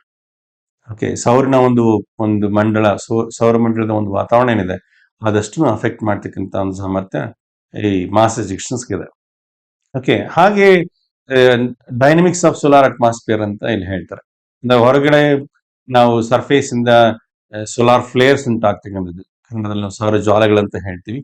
ಸೌರ ಮಾರುತಗಳು, ಸೌರ ಜ್ವಾಲೆಗಳು, ಕರ್ನಲ್ ಮಾಸ್ ಎಜೆಕ್ಷನ್ಸ್. ಸೊ ಇವೆಲ್ಲ ಇದನ್ನ ಅಧ್ಯಯನ ಮಾಡ್ಲಿಕ್ಕಂತಾನೆ ಈ ಅಬ್ಸರ್ವೇಟರೀಸ್ ನ US ಅವರು ಮತ್ತೆ ನಾವು ಕಳ್ಸ್ಕೊಂಡಿರ್ತಕ್ಕಂಥದ್ದು. ಸೊ ಹಾಗಾಗಿ ಈ 3ನೇ ಸ್ಟೇಟ್ಮೆಂಟ್ ಕೂಡ ಕರೆಕ್ಟ್ ಆಗಿದೆ. ಓಕೆ. ಸೆಕೆಂಡ್ ಸ್ಟೇಟ್ಮೆಂಟ್ ರಾಂಗ್ ಇದೆ. ಈಗ ನಾವು ಪುಸ್ತಕ ಎಲ್ಲ ಓದಿ ನಾವು ಇದನ್ನ ಈ ಕ್ವಶನ್ಸ್ ಮಾಡ್ಬೇಕು ಅಂತೇನಿಲ್ಲ. ಆ ಟೈಮಲ್ಲಿ ನ್ಯೂಸ್ ಪೇಪರ್ ಬಂದಿರ್ತಕ್ಕಂಥ ಒಂದು ಆರ್ಟಿಕಲ್ಸ್ ನೀವು ಕರೆಕ್ಟ್ ಆಗಿ ಓದ್ಕೊಂಡು ಅದನ್ನ ಒಂದ್ ಕಡೆ ಬರೆದಿಟ್ಕೊಂಡಿದ್ರೆ ಈ ಕ್ವಶನ್ಸ್ ಮಾಡ್ಬೋದು. ಇದಕ್ಕೆ ಯಾವ ಪುಸ್ತಕನೂ ಬೇಕಾಗಿರಲಿಲ್ಲ. ಪೇಪರ್ಲಿ ಇವೆಲ್ಲನೂ ಬಂದಿದ್ದಾರೆ. ಆದಿತ್ಯ ಎಲ್1 ಯಾವ ಉದ್ದೇಶಕ್ಕೋಸ್ಕರ ಸೂರ್ಯನ ಕಡೆಗೆ ಕಳಿಸ್ಕೊಡ್ತಾ ಇದೀವಿ, ಓಕೆ, ಅದರಲ್ಲಿ ಏನೇನು ಇನ್ಸ್ಟ್ರೂಮೆಂಟ್ಸ್ ಇದ್ವು ಅಂತ ಹೇಳ್ಬಿಟ್ಟು ಅವಾಗ ನಾವು ಕಳಿಸ್ಕೊಟ್ಟ ದಿನದಂದು ಪೇಪರ್, ನ್ಯೂಸ್ ಪೇಪರ್ ಏನ್ ಬಂತು ಅದನ್ನೆಲ್ಲ ಇವೆಲ್ಲ ಬಂದಿದೆ. ಸೊ ಆ ಪೇಪರ್ಸ್ ನಾವು ಕಲೆಕ್ಟ್ ಮಾಡಿ ಇಟ್ಕೋಬೇಕಾಗತ್ತೆ, ನ್ಯೂಸ್ ಆರ್ಟಿಕಲ್ಸ್ ಎಲ್ಲ ಒಂದ್ ಕಡೆ ಇಟ್ಕೋಬೇಕಾಗತ್ತೆ. ಓಕೆ. ಸೊ ಕ್ವಶನ್ ತುಂಬಾ ಸಿಂಪಲ್ ಆಗಿದೆ. ಇವನ್ ನೀವು ಗೊತ್ತಿಲ್ಲ ಅಂದ್ರೂ ಕೂಡ, ಓದಿಲ್ಲ ಅಂದ್ರೂ ಕೂಡ ಸ್ವಲ್ಪ ಥಿಂಕ್ ಮಾಡಿದ್ರೆ ಇದಕ್ಕೆ ಆನ್ಸರ್ ಮಾಡ್ಬೋದು. ಕೆಲವು ಟರ್ಮ್ಸ್ ಗೊತ್ತಾಗಿರ್ಬೇಕಾಗತ್ತೆ. ಕರ್ನಲ್ ಮಾಸ್ ಎಜೆಕ್ಷನ್ಸ್ ಅಂದ್ರೆ ಏನು, ಸೋಲಾರ್ ವಿಂಡ್ ಅಂದ್ರೆ ಏನು, ಓಕೆ, ಇಂಥವು, ಓಕೆ, ಸನ್ ಟೆಂಪರೇಚರ್ ಏನಿದೆ, ಸರ್ಫೇಸ್ ಟೆಂಪರೇಚರ್, ಇವು ಗೊತ್ತಿರಬೇಕಾಗಿರ್ತದೆ. ಸೊ ನೆಕ್ಸ್ಟ್ ಕ್ವಶನ್ ಹೋಗೋಣ. ಸೊ 11ನೇ ಪ್ರಶ್ನೆ, ಇದು ಲೇಸರ್ ಲೈಟ್ ಬಗ್ಗೆ ಇದೆ. ಸ್ಟೇಟ್ಮೆಂಟ್ಸ್ ಕೊಟ್ಟಿದ್ದಾರೆ.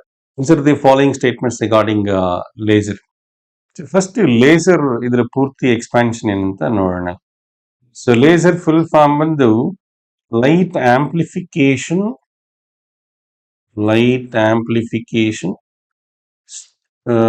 stimulated amplification by light amplification by stimulated emission radiation. ಸ್ವಲ್ಪ ನಾವು ಇದನ್ನ ಅರ್ಥ ಮಾಡ್ಕೊಳ್ಳೋ ಪ್ರಯತ್ನ ಮಾಡಿದಾಗ ನಿಮ್ಗೆ ಅದರ ಪ್ರಾಪರ್ಟೀಸ್ನು ಇಲ್ಲೇ ಸಿಗ್ಬಿಡ್ತದೆ. There are certain substances like helium neon, gaseous form ಅಲ್ಲಿ ಇರ್ತಕ್ಕಂಥ ಒಂದು ಸಬ್ಸ್ಟೆನ್ಸ್ ಅಂತ ತಗೋಬಹುದು. Argon ion. So these substance are stimulated. ಅನ್ನ ಸ್ಟಿಮ್ಯುಲೇಟ್ ಮಾಡಿದಾಗ ಯಾವುದು, ಕೆಲವೊಂದು ಸಬ್ಸ್ಟೆನ್ಸ್, ಆಫ್ ಕೋರ್ಸ್ ನಾನು ಇಲ್ಲಿ 2 ಗ್ಯಾಷಿಯಸ್ ಸಬ್ಸ್ಟೆನ್ಸ್ ನ ಹೇಳಿದೆ. ಅದಲ್ಲದೆ ಸಾಲಿಡ್ ಸಬ್ಸ್ಟೆನ್ಸ್ ಇದಾವೆ, ಲಿಕ್ವಿಡ್ ಸಬ್ಸ್ಟೆನ್ಸ್ ಇದಾವೆ, ಗ್ಯಾಷಿಯಸ್ ಸಬ್ಸ್ಟೆನ್ಸ್ ಇದಾವೆ. ಸೊ ಅವನ್ನ ಸ್ಟಿಮ್ಯುಲೇಟ್ ಮಾಡಿದಾಗ so they emit specific kind of photons. Okay. ಆ ಸಬ್ಸ್ಟೆನ್ಸ್ ಇಂದ ಒಂದೇ ರೀತಿ ಎನರ್ಜಿ ಇರ್ತಕ್ಕಂಥ ಫೋಟಾನ್ಸ್ ಎಮಿಟ್ ಆಗತ್ತೆ. ಓಕೆ. ಒಂದೇ ಎನರ್ಜಿ ಇರ್ತಕ್ಕಂಥ photons R nothing but light particles. Okay. So ಈಗ ಈ ಎಮಿಟ್ ಆಗಿರ್ತಕ್ಕಂಥ ಆ ಸ್ಟಿಮ್ಯುಲೇಟ್ ಆಗಿರೋ ಸಬ್ಸ್ಟೆನ್ಸ್ ಇಂದ ಹೊರಬರ್ತಾ ಇರ್ತಕ್ಕಂಥ ಒಂದು ಪಾರ್ಟಿಕಲ್ಸ್, ಲೈಟ್ ಪಾರ್ಟಿಕಲ್ಸ್ ಅಥವಾ ಫೋಟಾನ್ ಪಾರ್ಟಿಕಲ್ಸ್ ಒಂದೇ ಎನರ್ಜಿ ಇರೋದ್ರಿಂದ ಈ ಎಲ್ಲಾ ಪಾರ್ಟಿಕಲ್ಸ್ ಅದು ಒಂದ್ ಪರ್ಟಿಕ್ಯುಲರ್ ಕಲರ್ ಇರ್ತವೆ. ಓಕೆ. ಅಂದ್ರೆ ನಾವು ರೆಡ್ ಕಲರ್ ಅಲ್ಲಿ ಇರ್ಬೋದು, ಅಥವಾ ಬ್ಲೂ ಕಲರ್ ಅಲ್ಲಿ ಇರ್ಬೋದು, ಓಕೆ, ಅಥವಾ ಯೆಲ್ಲೋ ಕಲರ್ ಅಲ್ಲಿ ಇರ್ಬೋದು. ಯಾವುದು ಒಂದೇ ಕಲರ್ ಇರ್ತದೆ ಅಷ್ಟೇ. ಓಕೆ. ಒಂದೇ ಕಲರ್. ಯಾಕೆ? ಸೊ ಆ ಬರ್ತಾ ಇರ್ತಕ್ಕಂಥ ಒಂದು ಫೋಟಾನ್ಗಳು ಒಂದೇ ಎನರ್ಜಿ ಇರ್ತಕ್ಕಂಥ ಫೋಟಾನ್ಗಳಾಗಿರೋದ್ರಿಂದ, ಓಕೆ, ಪ್ರಚೋದನೆಗೊಂಡಿರ್ತಕ್ಕಂಥ ವಸ್ತುವಿನಿಂದ ಹೊರಹೊಮ್ಮತಾ ಇರ್ತಕ್ಕಂಥ ಫೋಟಾನ್ ಕಣಗಳು ಒಂದೇ ಶಕ್ತಿಯ ಫೋಟಾನ್ಗಳಾಗಿರುತ್ತೆ. ಸೊ ಇವು ಒಂದೇ ರೀತಿಯ ಬಣ್ಣವನ್ನು ಹೊಂದಿರ್ತದೆ. ರೆಡ್ ಕಲರ್ ಇರುತ್ತೆ ಅಥವಾ ಬ್ಲೂ ಕಲರ್ ಇರ್ತವೆ. ಸೊ ಈ ತರ ಒಂದೇ ಕಲರ್ ಇದ್ರೆ ಅದನ್ನ ಆ ಲೈಟ್ ಅಂತ ಲೈಟ್ ನ ಮಾನೋಕ್ರೋಮೆಟಿಕ್ ಲೈಟ್ ಅಂತ ಹೇಳ್ತೀವಿ. ಮಾನೋ ಅಂದ್ರೆ ಸಿಂಗಲ್ ಅಂತ, ಕ್ರೋಮಾ ಅಂದ್ರೆ ಕಲರ್ ಅಂತ ಅರ್ಥ. ಸೊ ಲೇಸರ್ ಲೈಟ್ ಅಂತ ತಂದಾಗ obviously it's a single colour light. Okay, either it can be a red light or blue light. Okay, even infrared ray, ಅಲ್ಲಿ ಕೂಡ ಇನ್ಫ್ರಾರೆಡ್ ರೇ ನಮ್ಗೆ ಕಾಣೋದಿಲ್ಲ, ಬಟ್ ಫುಲ್ ಕಂಪ್ಲೀಟ್ ಎಲ್ಲ ಇನ್ಫ್ರಾರೆಡ್ ರೇ ಇರ್ತಕ್ಕಂಥ ಎಲ್ಲ photon particles infrared frequency ಏನಿದೆಯೋ, so ಏನ್ energy ಇರುತ್ತೋ ಅದೇ ಎನರ್ಜಿ ನಾವೆಲ್ಲ ಹೊಂದಿರ್ತಾವೆ. ಸೊ ಹಾಗಾಗಿ ಅಫ್ಕೋರ್ಸ್ ಫಸ್ಟ್ ಸ್ಟೇಟ್ಮೆಂಟ್ ಏನ್ ಹೇಳ್ತಾ ಇದೆ, laser beam is monochromatic. Yes, this is correct. Okay, ಮತ್ತೆ ಲೇಸರ್ ಬೀಮ್ ಅಲ್ಲಿ ಇರ್ತಕ್ಕಂಥ ಒಂದು ಫೋಟಾನ್ ಪಾರ್ಟಿಕಲ್ಸ್ ಎನರ್ಜಿ ಒಂದೇ ರೀತಿ ಇದಾವೆ. ಓಕೆ, ಆದ್ರೆ ನಾವು ವೇವ್ಸ್ ನ ಒಂದು ಫ್ರೀಕ್ವೆನ್ಸಿ, ಓಕೆ, ಅದರ ಒಂದು ನಾವು ವೇವ್ ಲೆಂತ್ ನ ತೆಗೆದುಕೊಂಡ್ರೆ ಸೊ ಇದೆಲ್ಲನೂ ಒಂದೇ ಇದೆ. ಓಕೆ, ಒಂದೇ ರೀತಿ ಫ್ರೀಕ್ವೆನ್ಸಿ ಇರ್ತಕ್ಕಂಥ ಒಂದು ಲೈಟ್ ಹೊರಗಡೆ ಬರ್ತಾ ಇದೆ. ಸೊ ಹಾಗಾಗಿ ದಿಸ್ ಕೋಹರೆಂಟ್ ಅಂತ ಹೇಳ್ತೀವಿ. ಓಕೆ, ಕನ್ನಡದಲ್ಲಿ ನಾವು ಸಂಸಕ್ತ ಅಂತ ಪದ ಬಳಸ್ತೀವಿ. ಓಕೆ, ಎಲ್ಲವೂ ಅಲೈನ್ ಆದಾಗ, ಎಲ್ಲ ಒಂದೇ ರೀತಿ ಇರ್ತಕ್ಕಂಥವು ಸೊ ಅಲೈನ್ ಆದಾಗ ಸೊ ಅದನ್ನ ಸಂಸಕ್ತ ಅಥವಾ ಕನ್ನಡದ ಇಂಗ್ಲಿಷ್ ಅಲ್ಲಿ ಕೋಹರೆಂಟ್ ಅಂತ ಹೇಳ್ತೀವಿ. Yes, of course laser beam is a coherent one. Okay, next third statement ನೋಡಿ, laser beam is highly divergent ಅಂತ ಹೇಳ್ತೀವಿ. ಇಲ್ಲ, ಸ್ಟಿಮ್ಯುಲೇಟೆಡ್ ಸಬ್ಸ್ಟೆನ್ಸ್ ಇಂದ ಹೊರ ಬರ್ತಾ ಇರ್ತಕ್ಕಂಥ ಪಾರ್ಟಿಕಲ್ಸ್ ಇದು ಸ್ಟ್ರೈಟ್ ಪಾತ್ ಅಲ್ಲಿ ಹೋಗ್ತಾ ಇರ್ತವೆ. ಓಕೆ, ಸ್ಟ್ರೈಟ್ ಆಗಿ ಲಾಂಗ್ ಡಿಸ್ಟೆನ್ಸ್ ಹೋಗ್ತಾ ಇರುತ್ತೆ. ಮಿಲಿಟರಿಯಲ್ಲಿ ಹೇಗೆ ಸೈನಿಕರು ಸೊ ಒಂದೇ ರೀತಿ ಅವರು ಹೆಜ್ಜೆ ಹಾಕ್ತಾ ಹೋಗ್ತಾರೋ, ಸೊ ಅದೇ ರೀತಿ ಲೇಸರ್ ಲೈಟ್ ಇರ್ತಕ್ಕಂಥ ಒಂದು ಫೋಟಾನ್ ಪಾರ್ಟಿಕಲ್ಸ್ ಕೂಡ ಸೊ ಒಂದೇ ಎನರ್ಜಿ ಇರೋದ್ರಿಂದ ಸೊ ಲಾಂಗ್ ಡಿಸ್ಟೆನ್ಸ್ ಇದು ಹೋಗಿರುತ್ತೆ, ಸ್ಟ್ರೈಟ್ ಆಗಿ ಹೋಗ್ತಾ ಇರುತ್ತೆ, ಡೈವರ್ಜ್ ಆಗೋದಿಲ್ಲ. ನಾವು ಬೇರೆ ಕಾಮನ್ ಲೈಟ್ ಅಂತ ತೆಗೆದುಕೊಂಡಾಗ common light so light source ಇಂದ ಸೊ ಲೈಟ್ ರೇಸ್ ಬೇರೆ ಬೇರೆ ಡೈರೆಕ್ಷನ್ಸ್ ಹೋಗೋದನ್ನ ನಾವು ಕಾಣ್ತೀವಿ. ಸೊ ಕಾಮನ್ ಲೈಟ್ ಏನಿದೆ, ನಾರ್ಮಲ್ ಲೈಟ್ ಏನಿದೆ, ಆ ಲೈಟ್ ರೇ ಅಲ್ಲಿ ಇರ್ತಕ್ಕಂಥ ಫೋಟಾನ್ ಪಾರ್ಟಿಕಲ್ಸ್ ಒಂದೇ ಎನರ್ಜಿನ ಆಗಿರೋದಿಲ್ಲ, ಡಿಫ್ರೆಂಟ್ ಎನರ್ಜಿಸ್ ಇರ್ತದೆ. ಹಾಗಾಗಿ ಲೈಟ್ ಡಿಸ್ಪರ್ಸ್ ಆಗಿರುತ್ತೆ, ಓಕೆ, ಅಥವಾ ಡೈವರ್ಜ್ ಆಗುತ್ತೆ. ಬಟ್ ಲೇಸರ್ ಬೀಮ್ ಅಲ್ಲಿ ಸೊ ಫೋಟಾನ್ ಪಾರ್ಟಿಕಲ್ಸ್ ಎಲ್ಲ ಒಂದೇ ಎನರ್ಜಿ ಇರ್ತಕ್ಕಂಥವು. ಸೊ ಇದು ಮಾನೋಕ್ರೋಮೆಟಿಕ್ ಲೈಟ್, ಅದೇ ಸ್ಟ್ರೈಟ್ ಆಗಿ ಇದು ಟ್ರಾವೆಲ್ ಮಾಡುತ್ತೆ. ಸೊ ಹಾಗಾಗಿ ಮೂರನೇ ಸ್ಟೇಟ್ಮೆಂಟ್ ರಾಂಗ್ ಅಂತ ಹೇಳ್ತೀನಿ. Last one, in the emission of laser beam stimulated emission is absent. Of course first explanation start ಮಾಡಿದ್ದೆ ಸೊ ನಾ ಇದರಿಂದಾನೆ. Okay, when certain substance are stimulated, okay, they emit radiation. Okay, ಕೆಲವು ವಸ್ತುಗಳು ಘನ ರೂಪದ ವಸ್ತು ಇರಬಹುದು, ಹಾಗೆ ದ್ರವ ರೂಪದ ವಸ್ತು, ಇನ್ನು ಗ್ಯಾಸಸ್ ಸೊ ಅವನ್ನ ಸ್ಟಿಮ್ಯುಲೇಟ್ ಮಾಡಿದಾಗ ಒಂದೇ ರೀತಿ ಪಾರ್ಟಿಕಲ್ಸ್ ಎಮಿಟ್ ಮಾಡುತ್ತೆ. ಸೊ ಇದನ್ನೇ ನಾವು light amplification by stimulated emission radiation ಅಂತ ಹೇಳ್ತೀವಿ. ಓಕೆ, ಆ ಲೇಸರ್ ಅನ್ನೋ ಒಂದು ಪದದಲ್ಲೇ ಎಮಿಷನ್ ರೇಡಿಯೇಷನ್ ಅಂತ ಬರುತ್ತೆ. ಹಾಗಾಗಿ ಇಲ್ಲಿ ಸ್ಟೇಟ್ಮೆಂಟ್ ನಾಟ್ ಸ್ಟಿಮ್ಯುಲೇಟೆಡ್ ಎಮಿಷನ್ ಅಂತ ಹೇಳ್ತಾರೆ, but this is wrong. Okay, so 3 ಮತ್ತು 4 ಈ ಎರಡು ಸ್ಟೇಟ್ಮೆಂಟ್ಸ್ ರಾಂಗ್ ಇದೆ. ಫಸ್ಟ್ 2 ಸ್ಟೇಟ್ಮೆಂಟ್ಸ್ ಮಾತ್ರ ಕರೆಕ್ಟ್ ಆಗಿದೆ. ಹಾಗಾಗಿ ಸೊ ಫಸ್ಟ್ ಕೋಡ್ ಸರಿ ಇದೆ ಅಂತ ಹೇಳ್ತೀನಿ. ಇಲ್ಲಿಗೆ ಜಸ್ಟ್ ನಾವು ಕೆಲವೊಂದು ಕ್ವಶನ್ಸ್ ನ ಡಿಸ್ಕಸ್ ಮಾಡಿದೀವಿ. ಇನ್ನು ಉಳಿದಿರ್ತಕ್ಕಂಥ ಕ್ವಶನ್ಸ್ ಸೊ ಇನ್ನೊಂದು ವಿಡಿಯೋದಲ್ಲಿ ಡಿಸ್ಕಸ್ ಮಾಡೋಣ. So thank you very much.